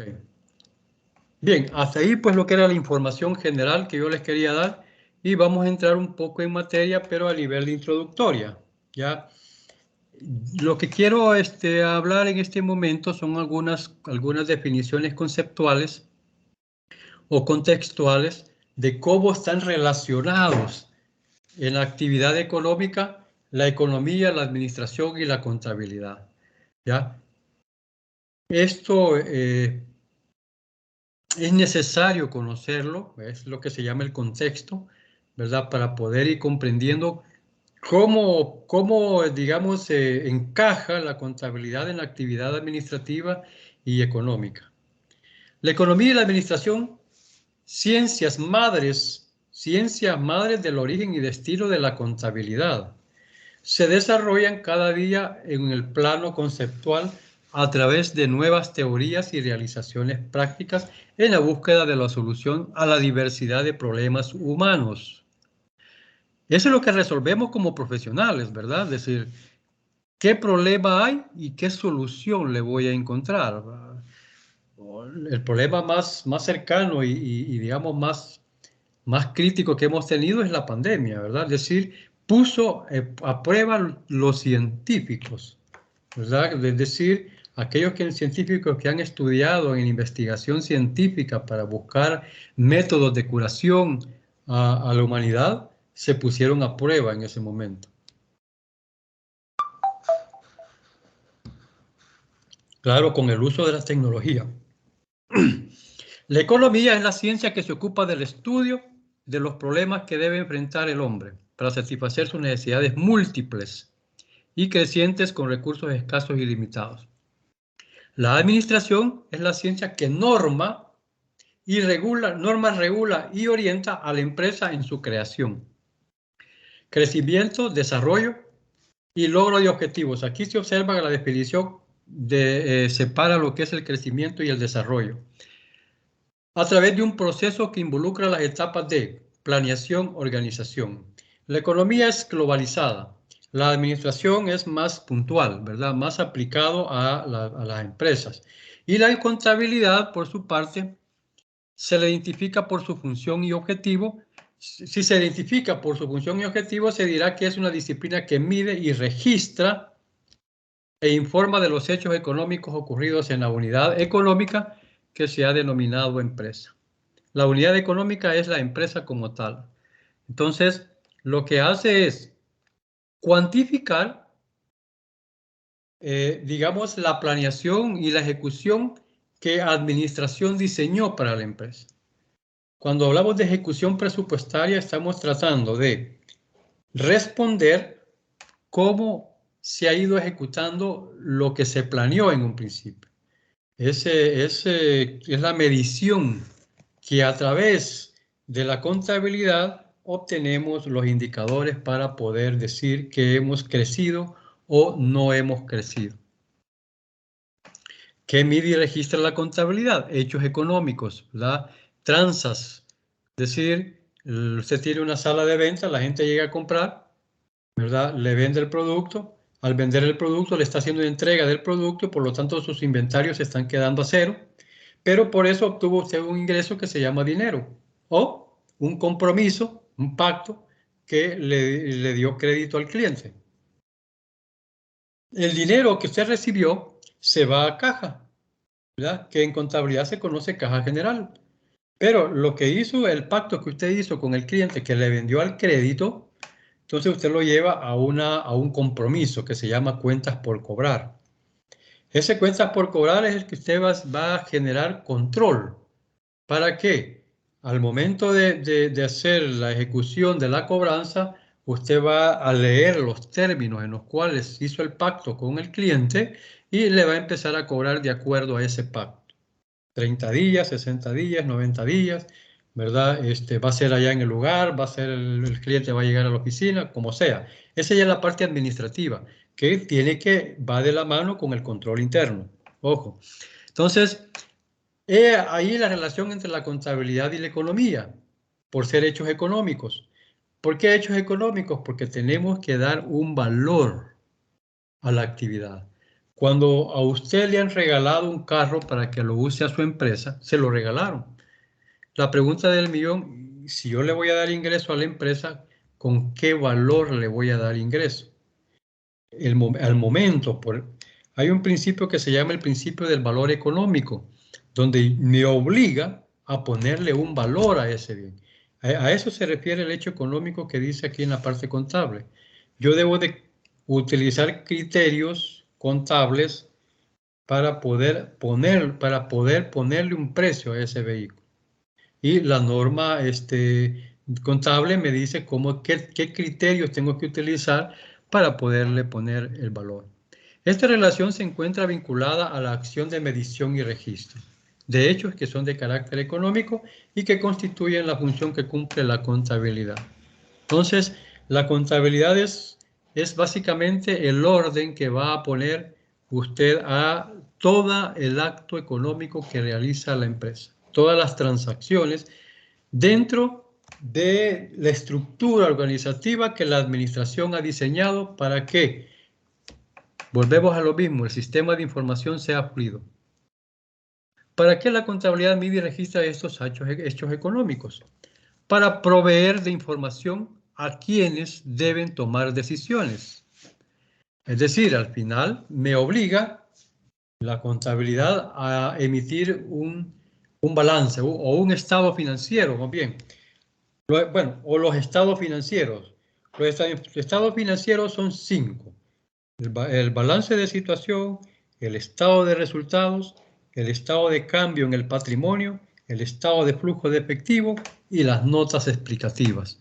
Son los 5 informes que el contador debe de presentar cierto periodo de acuerdo a, digamos, a las políticas de entrega de información que hay dentro de la empresa.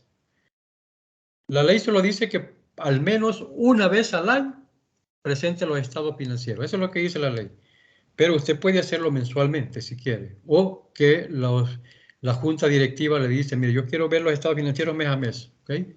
Ya es una regla interna que hay que aplicarla, ¿verdad? Y hay que tratar de cumplirla.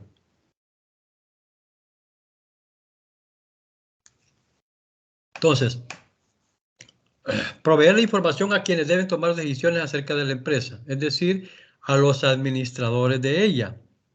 He ahí la relación entre contabilidad y administración. ¿Quiénes son los administradores? Pues obviamente el gerente, ¿verdad? La junta directiva, si se mete de alguna manera a la empresa. Hay directivos que solamente invierten y se van, y solo llegan a reuniones y no saben ni qué es lo que está pasando. Pero ellos lo que quieren recibir, digamos, sus utilidades al final del ejercicio.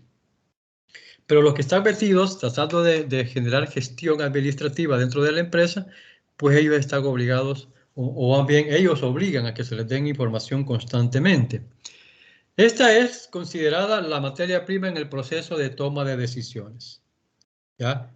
El dar los informes en un momento determinado me dice en qué situación se encuentra la empresa. Por ejemplo, lo primero que va a ver el inversionista, ¿verdad? El directivo de la empresa es, ¿hubo utilidad?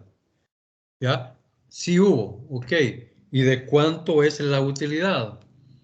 Ah, bueno, fueron $300. ¿Para qué? $20,000 que yo he invertido a la empresa. Estoy ganando $300, pero no solo yo, porque hay que distribuirlo entre todos los accionistas, y los accionistas son 5, ¿ya? Me van a tocar $500, perdón, $50 a cada uno. Si han puesto partes iguales, por supuesto, ya vamos a ver eso de la proporcionalidad. Entonces, 50 pesos para $20,000 que yo he invertido. Es la primera pregunta del millón que se va a hacer, ¿va? ¿Vale la pena o no vale la pena? ¿Qué está pasando? Y así pues se van tomando decisiones. A eso se refiere cuando dice que es la materia prima en el proceso de toma de decisiones. La relación está entonces vinculada al objetivo principal de la contabilidad, proveer de información acerca de los hechos económicos, de la actividad como tal. Ustedes se imaginan cómo llega la información que nace en los súperes, ¿ya? Solo imagínense cuál es el camino que lleva la factura y el dinero, ¿verdad? Y por supuesto las tarjetas de crédito, porque usar la tarjeta de crédito no es que directamente llegue el dinero a su banco, sino que va al reconocimiento de la empresa internacional Visa, que va a, ¿cómo se llama?, a validar esa transacción.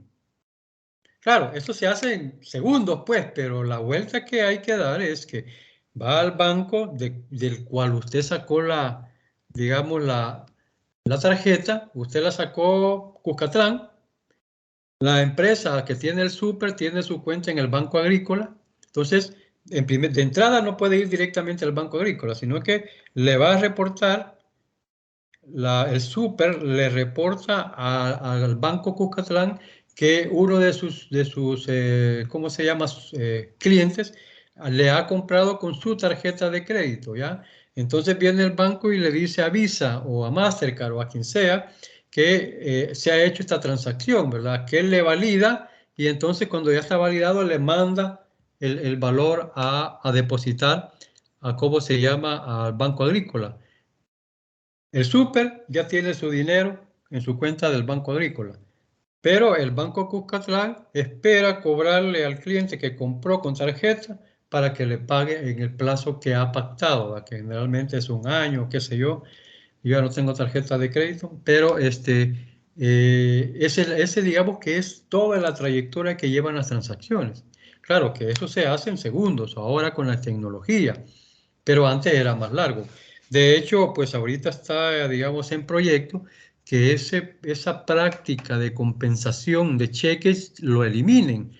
Ahí en la Asamblea Legislativa están estudiando, digo yo estudiando, ¿verdad?, pero están analizando que el cheque que usted llegue a depositar a su cuenta, usted tiene una cuenta, digamos, siempre en el Cuscatlán, pero el cheque de da vivienda, usted lo deposita porque le pagaron con ese cheque y lo deposita, le dice el banco, ok, déjeme el cheque, pero todavía no lo puede usar porque yo tengo que pedir compensación de este cheque. Le dice al banco de reserva, mira, fíjate que aquí tengo un cheque del banco de vivienda que necesito que me lo valides para poderlo pagar. Viene el reserva y le dice al da vivienda, vaya, aquí tengo esta persona que dice que tiene fondos en el cheque. Le dice, sí, tiene fondos, ok. Entonces descargarle los, ¿qué?, 50 pesos que ha pagado y le descarga y le dice al Cuscatlán, vaya, aquí está ya le puedes depositar a esta otra persona. Y así funciona, pues, o sea, es largo lo que estoy diciendo, pero así funciona el sistema. Entonces, con la tecnología ya no es posible que se tarden 3 días en validar un cheque, cuando el proyecto dice que hoy lo pongo y mañana ya tengo que tener habilitado por lo menos ese dinero que ha sido depositado. Esa es parte de la tecnología y de la avanzada que tenemos que caminar. Bien, en resumen, es posible sintetizar la relación, perdón, de la economía con la contabilidad a través de función de esta última, es decir, la medición y registro de los hechos económicos, que es un poco lo que vamos a hacer en contabilidad 1. Claro, hay 5 contabilidades para los contadores y que puedan ir midiendo, ¿verdad?, ese acto económico, porque hay una gran variedad de cosas. Por ejemplo, en contabilidad 5 se ven las ventas a plazos. ¿Cuál es la razón de existir esa medición de venta? A usted le compran, usted tiene una comercial, va, Omnisport, Prado, lo que usted quiera. Cuando Prado vende una licuadora a plazos 12 meses o más, 2 años, Prado no puede decir que esa es su venta, sino que tiene que diferir esa venta y ponerla como un activo diferido, ¿Por qué? Porque para él la venta va a ser la cuota que mes a mes le va a estar dando el cliente. Es decir, que en su estado de resultados va a poner la 12ª parte de la venta de esa lavadora. Si el cliente le paga, y si no le paga, pues no va a poner nada. Pero ¿qué dice Hacienda? ¿Qué dice el fisco? Le dice, no, usted vendió la lavadora, ¿verdad? Lo vendió en 400 pesos y 400 pesos más el IVA, usted me tiene que pagar el IVA. Sí, pero yo lo vendí al crédito, no me han pagado, a mí no me importa. Usted pague el IVA porque es la venta que usted tiene. Entonces ahí se genera una complejidad de actos, ¿verdad? En la que yo le voy a cobrar por pausas al cliente la cuota más el IVA, pero yo el IVA completo se lo voy a pagar a Hacienda. ¿Cómo voy a registrar eso? ¿Ya? Son las complejidades que se van aprendiendo en el camino. Y a mí qué me importa, dicen los administradores, ¿verdad? No, tiene que saberlo, porque si le llegan ustedes a administrar empresas de esta naturaleza, deben conocer cómo funciona el proceso contable de esas acciones económicas. Entonces, las materias no se ven por gusto. Yo les mencionaba ética, pero también están las técnicas de investigación, están, creo que matemáticas, ven, no sé qué más ven ustedes, inglés lo van a estar viendo. Se ha metido la clase de inglés como los nuevos pensum, etcétera. Todo eso son de utilidad porque forman parte de la integralidad del conocimiento académico. Para conocer la empresa conviene presentar algunas clasificaciones que contribuyen a la formación de una idea clara y precisa de la importancia de la contabilidad. Primero tenemos considerando el tamaño. Se van a conocer como, ¿cómo se llaman? Pequeña, mediana y gran empresa. De hecho, ¿cómo se llama? Hacienda tiene clasificados en grandes contribuyentes y pequeños contribuyentes. Tiene su forma de clasificarlo. La economía, la parte administrativa y económica lo tiene como pequeña, mediana y gran empresa. ¿Cómo se llama? No, bueno, la economía la ha todavía desmenuzado más y habla de microempresas, ¿ya? De hecho, ya hay una teoría completa sobre el comportamiento de las microempresas. La segunda clasificación es de qué sector es. Primario, si estamos hablando de aquellas operaciones extractivas. Secundario, si estamos hablando de las empresas manufactureras o empresas industriales. Las terciarias corresponden a las empresas de comercio y servicio, es decir, a aquellas que telefonía, ¿cómo se llama? Consultorías, ¿verdad? Y por supuesto las de comercio, como son los supermercados, las tiendas estas que acabamos de mencionar de distribución electrodoméstico, etcétera. Y hay un nuevo que es el cuaternario, ya que son las empresas relacionadas con la información y las comunicaciones, es decir, la informática y la telemática. Antes no existía el cuarto sector, pero hoy con la cuarta revolución, pues se metió lo que es el cuaternario. Entonces, es algo que tenemos que ir midiéndolo. Bien, una tercera clasificación, que es lo que estamos hablando, permite identificar a las empresas de acuerdo al giro. Ya están las manufactureras, que ya sabemos que son las industriales, las que transforman la materia prima, las comerciales, ¿verdad? Que son las que compran y venden, las de servicios dedicadas al comercio intangible y prestación de servicios, y las financieras que se ha puesto, que a pesar de que es un servicio, pero se ha puesto como el manejo del efectivo o del rubro principal que mueve las economías en el mundo y que son conocidas como intermediarias financieras. La cuarta clasificación señala 3 grupos de empresas atendiendo la identidad de los propietarios, ¿verdad? Las empresas privadas, que son de propiedades particulares, es decir, usted con su compañero quiere formar una empresa, pues ya forman una empresa privada. Las públicas, que ya las conocemos, ¿verdad? Que son las del Estado. Y las mixtas, que están hoy de moda, que están creando empresas mixtas que interviene el Estado y la empresa privada. Y la quinta, atendiendo al carácter de empresa individual o social y la constitución jurídica de estas últimas, es decir, las empresas individuales de propiedad de un solo dueño.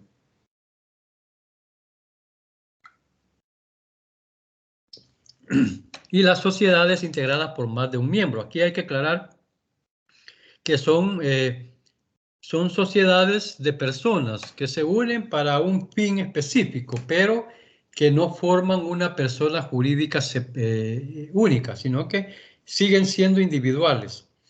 Usted tiene un proyecto de importar herramientas de cualquier cosa y se une a otras dos personas más, ya forma una sociedad.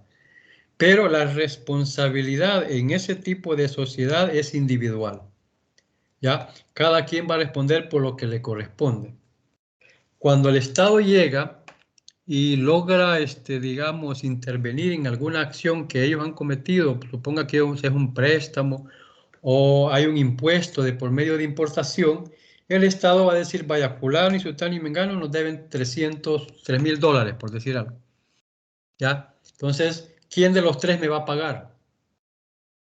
¿Ya? Él le echa la culpa a los tres, pero le da la oportunidad de decirle quién me lo va a pagar, ¿verdad? No importa quién me lo pague, lo que importa es que me lo paguen, porque el acto de importación ya se hizo.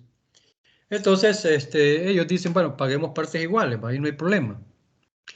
Las sociedades que se dividen en sociedades de personas y sociedades de capital, particularmente las sociedades de capital, son las que se conocen como personas jurídicas. Es decir, estos tres mismos socios se cansan de ser socios de personas y dicen, mira, ¿por qué no mejor formamos una sociedad? ¿Verdad? Vaya pues, hagamos un acta que conste que los tres vamos a poner una cantidad de dinero X y vamos a crear una empresa que se va a llamar Los Tres SA de CB. Bueno, SA, la sociedad anónima. Los Tres SA. Entonces, vienen y, ¿cómo se llama? Y la responsabilidad individualizada de los tres se la trasladan a esa nueva persona jurídica. Es decir, que esos $3.000 que debían por la importación de impuestos ya no le va a cobrar a las personas Hacienda, sino que le va a cobrar a la empresa jurídica. Bien, los tres SA de CB me deben $3.000, páguenme. Ya no le va a preguntar quién de los tres va, ¿no? Que páguenme. Y entonces la empresa tiene que pagarle como empresa. Y se separan responsabilidades. Lo que hagan los tres no tiene nada que ver con lo que haga la sociedad jurídica. ¿Ya? La responsabilidad de la empresa jurídica va a responder por los actos que ella hace como sociedad.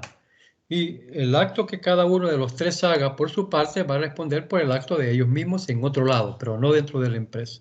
Es lo que se conoce como el principio de entidad. Lo vamos a ver más adelante.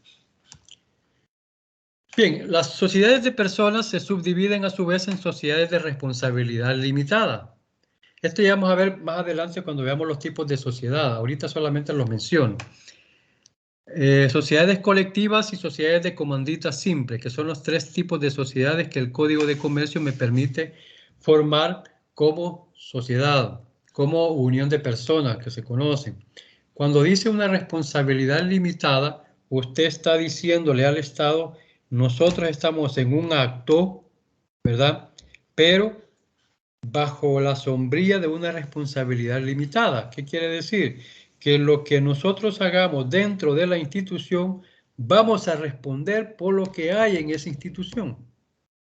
Y la responsabilidad limitada me está diciendo a mí que no me toquen nada de mi familia, de mi propiedad, ¿verdad? Es decir, mi casa, mi carro, esa es cosa mía, eso no la toquen. Si usted no pone ese concepto de responsabilidad limitada, es decir, la ley va a entender que es una responsabilidad ilimitada.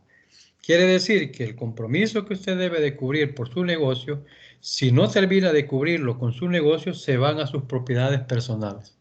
Entonces, la palabra es importantísima colocarla cuando usted haga un pacto, que debe de ser responsabilidad limitada. Las sociedades colectivas tienen otro tipo de comportamiento, que son aquellos profesionales que se unen y le ponen despacho jurídico y compañía. La palabra esa adicional que le pone y compañía está diciendo que tienen un tipo de sociedad colectiva y por supuesto tienen algún tipo de responsabilidades, pero también no tienen las obligaciones que tienen las empresas jurídicas SADCB. Vamos a ver más adelante. Mira, de comandita simple que ya no se utilizan. Esto más que todo se hacían en las fincas, ¿ya?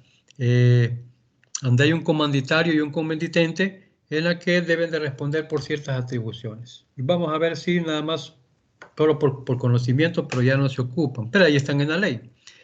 Las de capital se subdividen en sociedades anónimas, que son las que conocemos nosotros, sociedades en comandita por acciones, que es la misma que está arriba, pero aquí ya no son las personas las que intervienen, sino que el capital, y las sociedades cooperativas, que hay un capítulo entero en el Código de Comercio,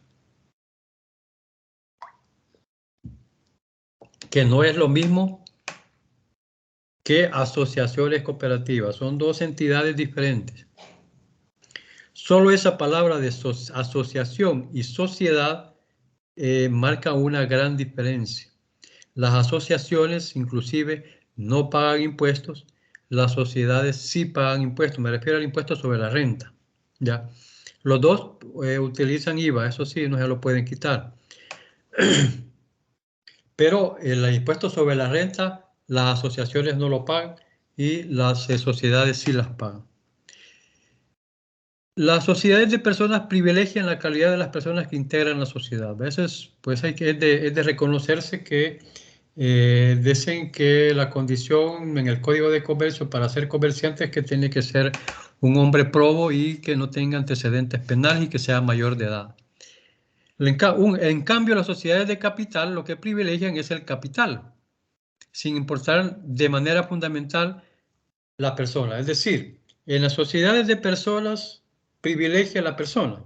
Quiere decir que en un momento de toma de decisiones, si son 5 los miembros que la conforman, pues lo que la mayoría diga, eso se hace. ¿Ya? Son 3 contra 2, pues ganaron los que dijeron 3. En las sociedades de capital no. Manda al que tenga más acciones. Es decir, pueden haber 20 socios, pero hay uno que tiene más acciones que todos. Es decir, que tiene la mitad más uno, ¿verdad? Tiene más del 50%, a eso me refiero. Porque usted puede tener que todos tienen 15 acciones cada uno y el dueño de la empresa, es decir, quien comenzó el negocio, tiene que 25 acciones. Todavía no quiere decir que él va a dominar, porque son 25 acciones que él tiene contra 75 regados en 19 personas.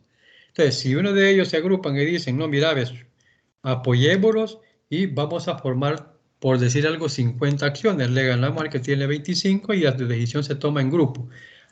Ahora, si estamos hablando de que el dueño tiene 50 más 1 o 55% de las acciones, pues los otros suman el 45. Entonces, por más que se pongan de acuerdo, nunca van a superar los 55 que tiene el dueño. Entonces, quien toma las decisiones es el dueño, el que tiene las 55 acciones. Esa es la diferencia de uno con otro, ¿verdad? Que predomina el capital, las acciones.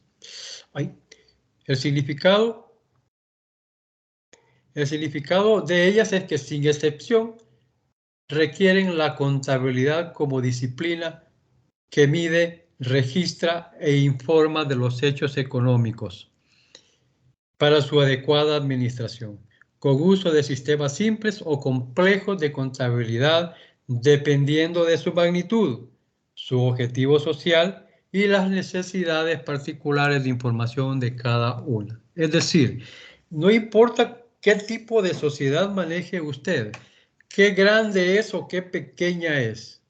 Si está dentro de las condiciones mínimas que exige la ley para poder llevar contabilidad, debe tener contabilidad. ¿Ya? La contabilidad es independientemente de qué es lo que tenga. Si es de personas, dice la ley, si usted maneja un activo arriba de 12,000 de $12,000, entonces usted está obligado a llevar contabilidad formal. Si usted es una persona jurídica, es decir, una persona con personería jurídica, Lo mínimo que usted necesita, es decir, desde el momento que la forma, está obligado a llevar contabilidad. Y lo mínimo que necesita para formarla son $2,000 en las sociedades anónimas.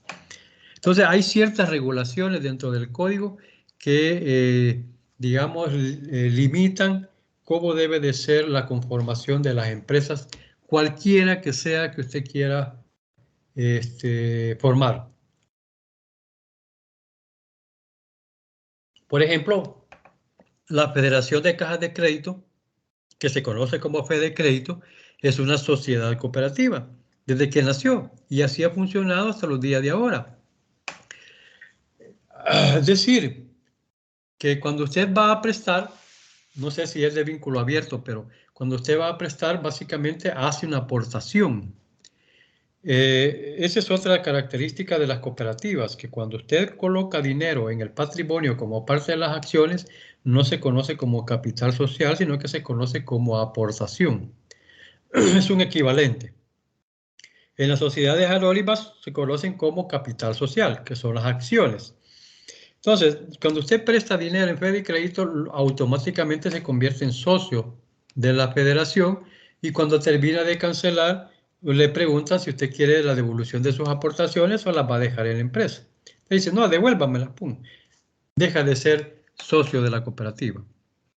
Con las asociaciones cooperativas es un poco más, digamos, bueno, debería ser un poco más complejo porque las asociaciones cooperativas son una doctrina, ¿ya? Es un estilo de vida, así nació. Hoy en día pues se ha convertido en otra financiera más y nadie lo mira de esa manera, pero tiene ciertas regulaciones y también tiene ciertos principios para formar una cooperativa. Y por eso que son reguladas por INSAFOCOP, el Instituto Salvadoreño del Fomento Cooperativo. Las sociedades cooperativas son fiscalizadas por la Superintendencia de Entidades Mercantiles y regulados también por la Superintendencia del Sistema Financiero. Entonces, cada una tiene sus propias características, ¿verdad? Y como profesionales estamos obligados a conocerlas y qué podemos hacer en cada una de ellas, ¿ya? Usted no va a estar en una sola empresa. Quienes permanecen en una sola empresa son aquellos que no formaron carrera profesional académica y que solo aprendieron lo que se hace en esa empresa. Cuando se va de ahí, no sabe qué hacer en otra empresa porque no tiene la base conceptual, ¿verdad? La doctrina. Y ese es el compromiso de ustedes en toda su carrera de poder tener ese conocimiento, ¿ya? Así que esa es, digamos, lo que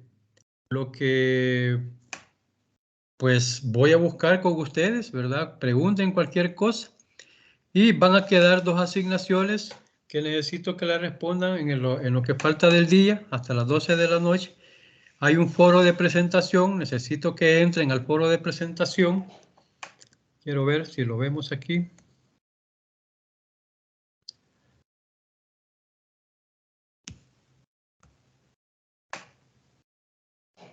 Está el foro de presentación en la que van a poner su nombre, la carrera y cuáles son sus expectativas. De hecho, pues aquí en asignaciones ustedes van a ver que están 2 actividades. En la presentación como tal, yo ya me presenté, ¿verdad? Aquí puse yo mi presentación y ustedes van a responder. Ya van a hacer lo mismo. Van ¿cómo se llama? A dar su nombre, repito su carrera y cuál es la expectativa, qué es lo que espera usted de la universidad. Por otro lado, la otra asignación que tenemos va a ser el cuestionario que necesito que me respondan. Y que pues obviamente no hay respuestas malas, respuestas buenas, solamente necesito conocer el nivel que ustedes tienen de, digamos, de conceptos técnicos, de contabilidad, ¿verdad? Eso más que todo. Aquí en cuestionario de clase, ustedes van a poner acá donde dice añadir un nuevo tema, ahí van a anotar las respuestas. Aquí en la parte del asunto van a poner su nombre y aquí van a poner la respuesta de el cuestionario, que es el que ahorita yo les pensaba poner. Es decir, son 10 preguntas que necesito que me respondan un poco para hacer un diagnóstico. ¿Por qué es un diagnóstico? Que me dé con sus palabras un concepto de contabilidad, ahí le falta la D, ¿qué son los inventarios de una empresa? ¿Qué conoce usted por los inventarios? ¿Qué le dicen las cuentas por cobrar y las cuentas por pagar? ¿Ya? Deme usted una idea de lo que entiende por esas cuentas. ¿Cuáles son las declaraciones de impuestos que se deben presentar mes a mes? Si está en eso, si usted dice, no, no sé, nunca he hecho nada, ojo, sí, por favor responda a la pregunta, aunque me ponga no. Pero si no me responda, pues yo doy valoración a la respuesta. Como digo, sea mala o sea buena, yo la doy como buena si la ha respondido. Entonces, al final son 10 preguntas, yo le doy un punto para el examen. Al igual que la presentación, pues eso yo voy a considerar una nota. Dentro de la jerga del acto tributario también está el débito fiscal y el crédito fiscal. Con sus palabras, dígame qué es. Cuando decimos que las empresas tienen ingresos, ¿a qué corresponde según usted esos ingresos? ¿A qué son esos ingresos? ¿De dónde vienen los ingresos? ¿Qué es el balance general? Ya hablamos un poquito sobre eso. ¿Qué es la ecuación patrimonial? Que también ya hablamos sobre eso. ¿Y qué son los activos fijos o propiedad, planta y equipo? Esas son las respuestas, perdón, las preguntas que yo hago y prefiero quiero que me las respondan en el foro. Esto sería pues la propuesta de este día, ¿verdad? Buenos días a los que los saludé y espero pues que sigamos constantes. Recuerden que la otra clase es presencial y la vamos a tener en el B5, que es en el edificio que está a la entrada, a mano derecha. Ahí nos vamos a ver para la próxima clase, que ya vamos a entrar un poco en materia y conocernos también, ¿verdad? Porque aquí solo las fotos veo y que ni fotos ponen. No quieren que los conozcamos, ¿verdad? No sé por qué son tan acomplejados. Son bromas. Pero sí, para que nos conozcamos, ¿verdad? Y podamos interactuar. La idea es sacarle provecho lo más que podamos a esta materia y prepararlos para la contabilidad 2. Así que no sé si tienen preguntas, ¿verdad? Es el momento. Si no, pues nos vemos primero Dios el otro sábado en la universidad.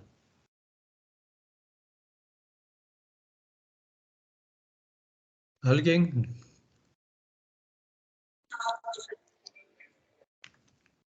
¿Hola?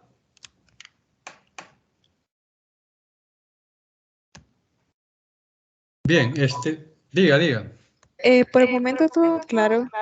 Ok. Si no hay nada claro, reclámeme, porque esa es la idea, ¿verdad? O sea, que no se vayan con la duda. Ya presencialmente se va a comprender mejor, porque vamos a interactuar, pues, ya de forma directa. Aquí yo hago una pregunta y como solo están las fotos, no sé si están ahí en la máquina, ¿verdad? Pero, y eso, no sé, pero eso limita el aprendizaje.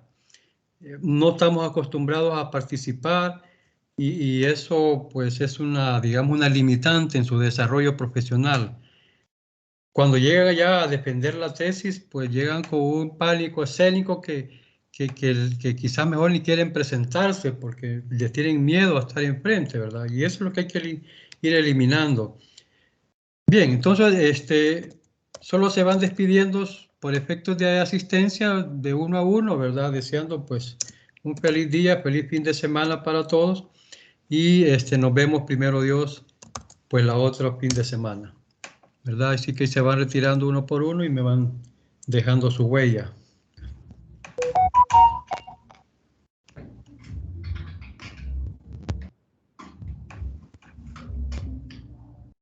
Sí, Miguel Ángel, ¿tenía algo que decir? Feliz día, feliz fin de semana. Igualmente. Nada, solo presentarme, así que feliz. Bueno, está bien. Ya nos vamos a ver las caras allá.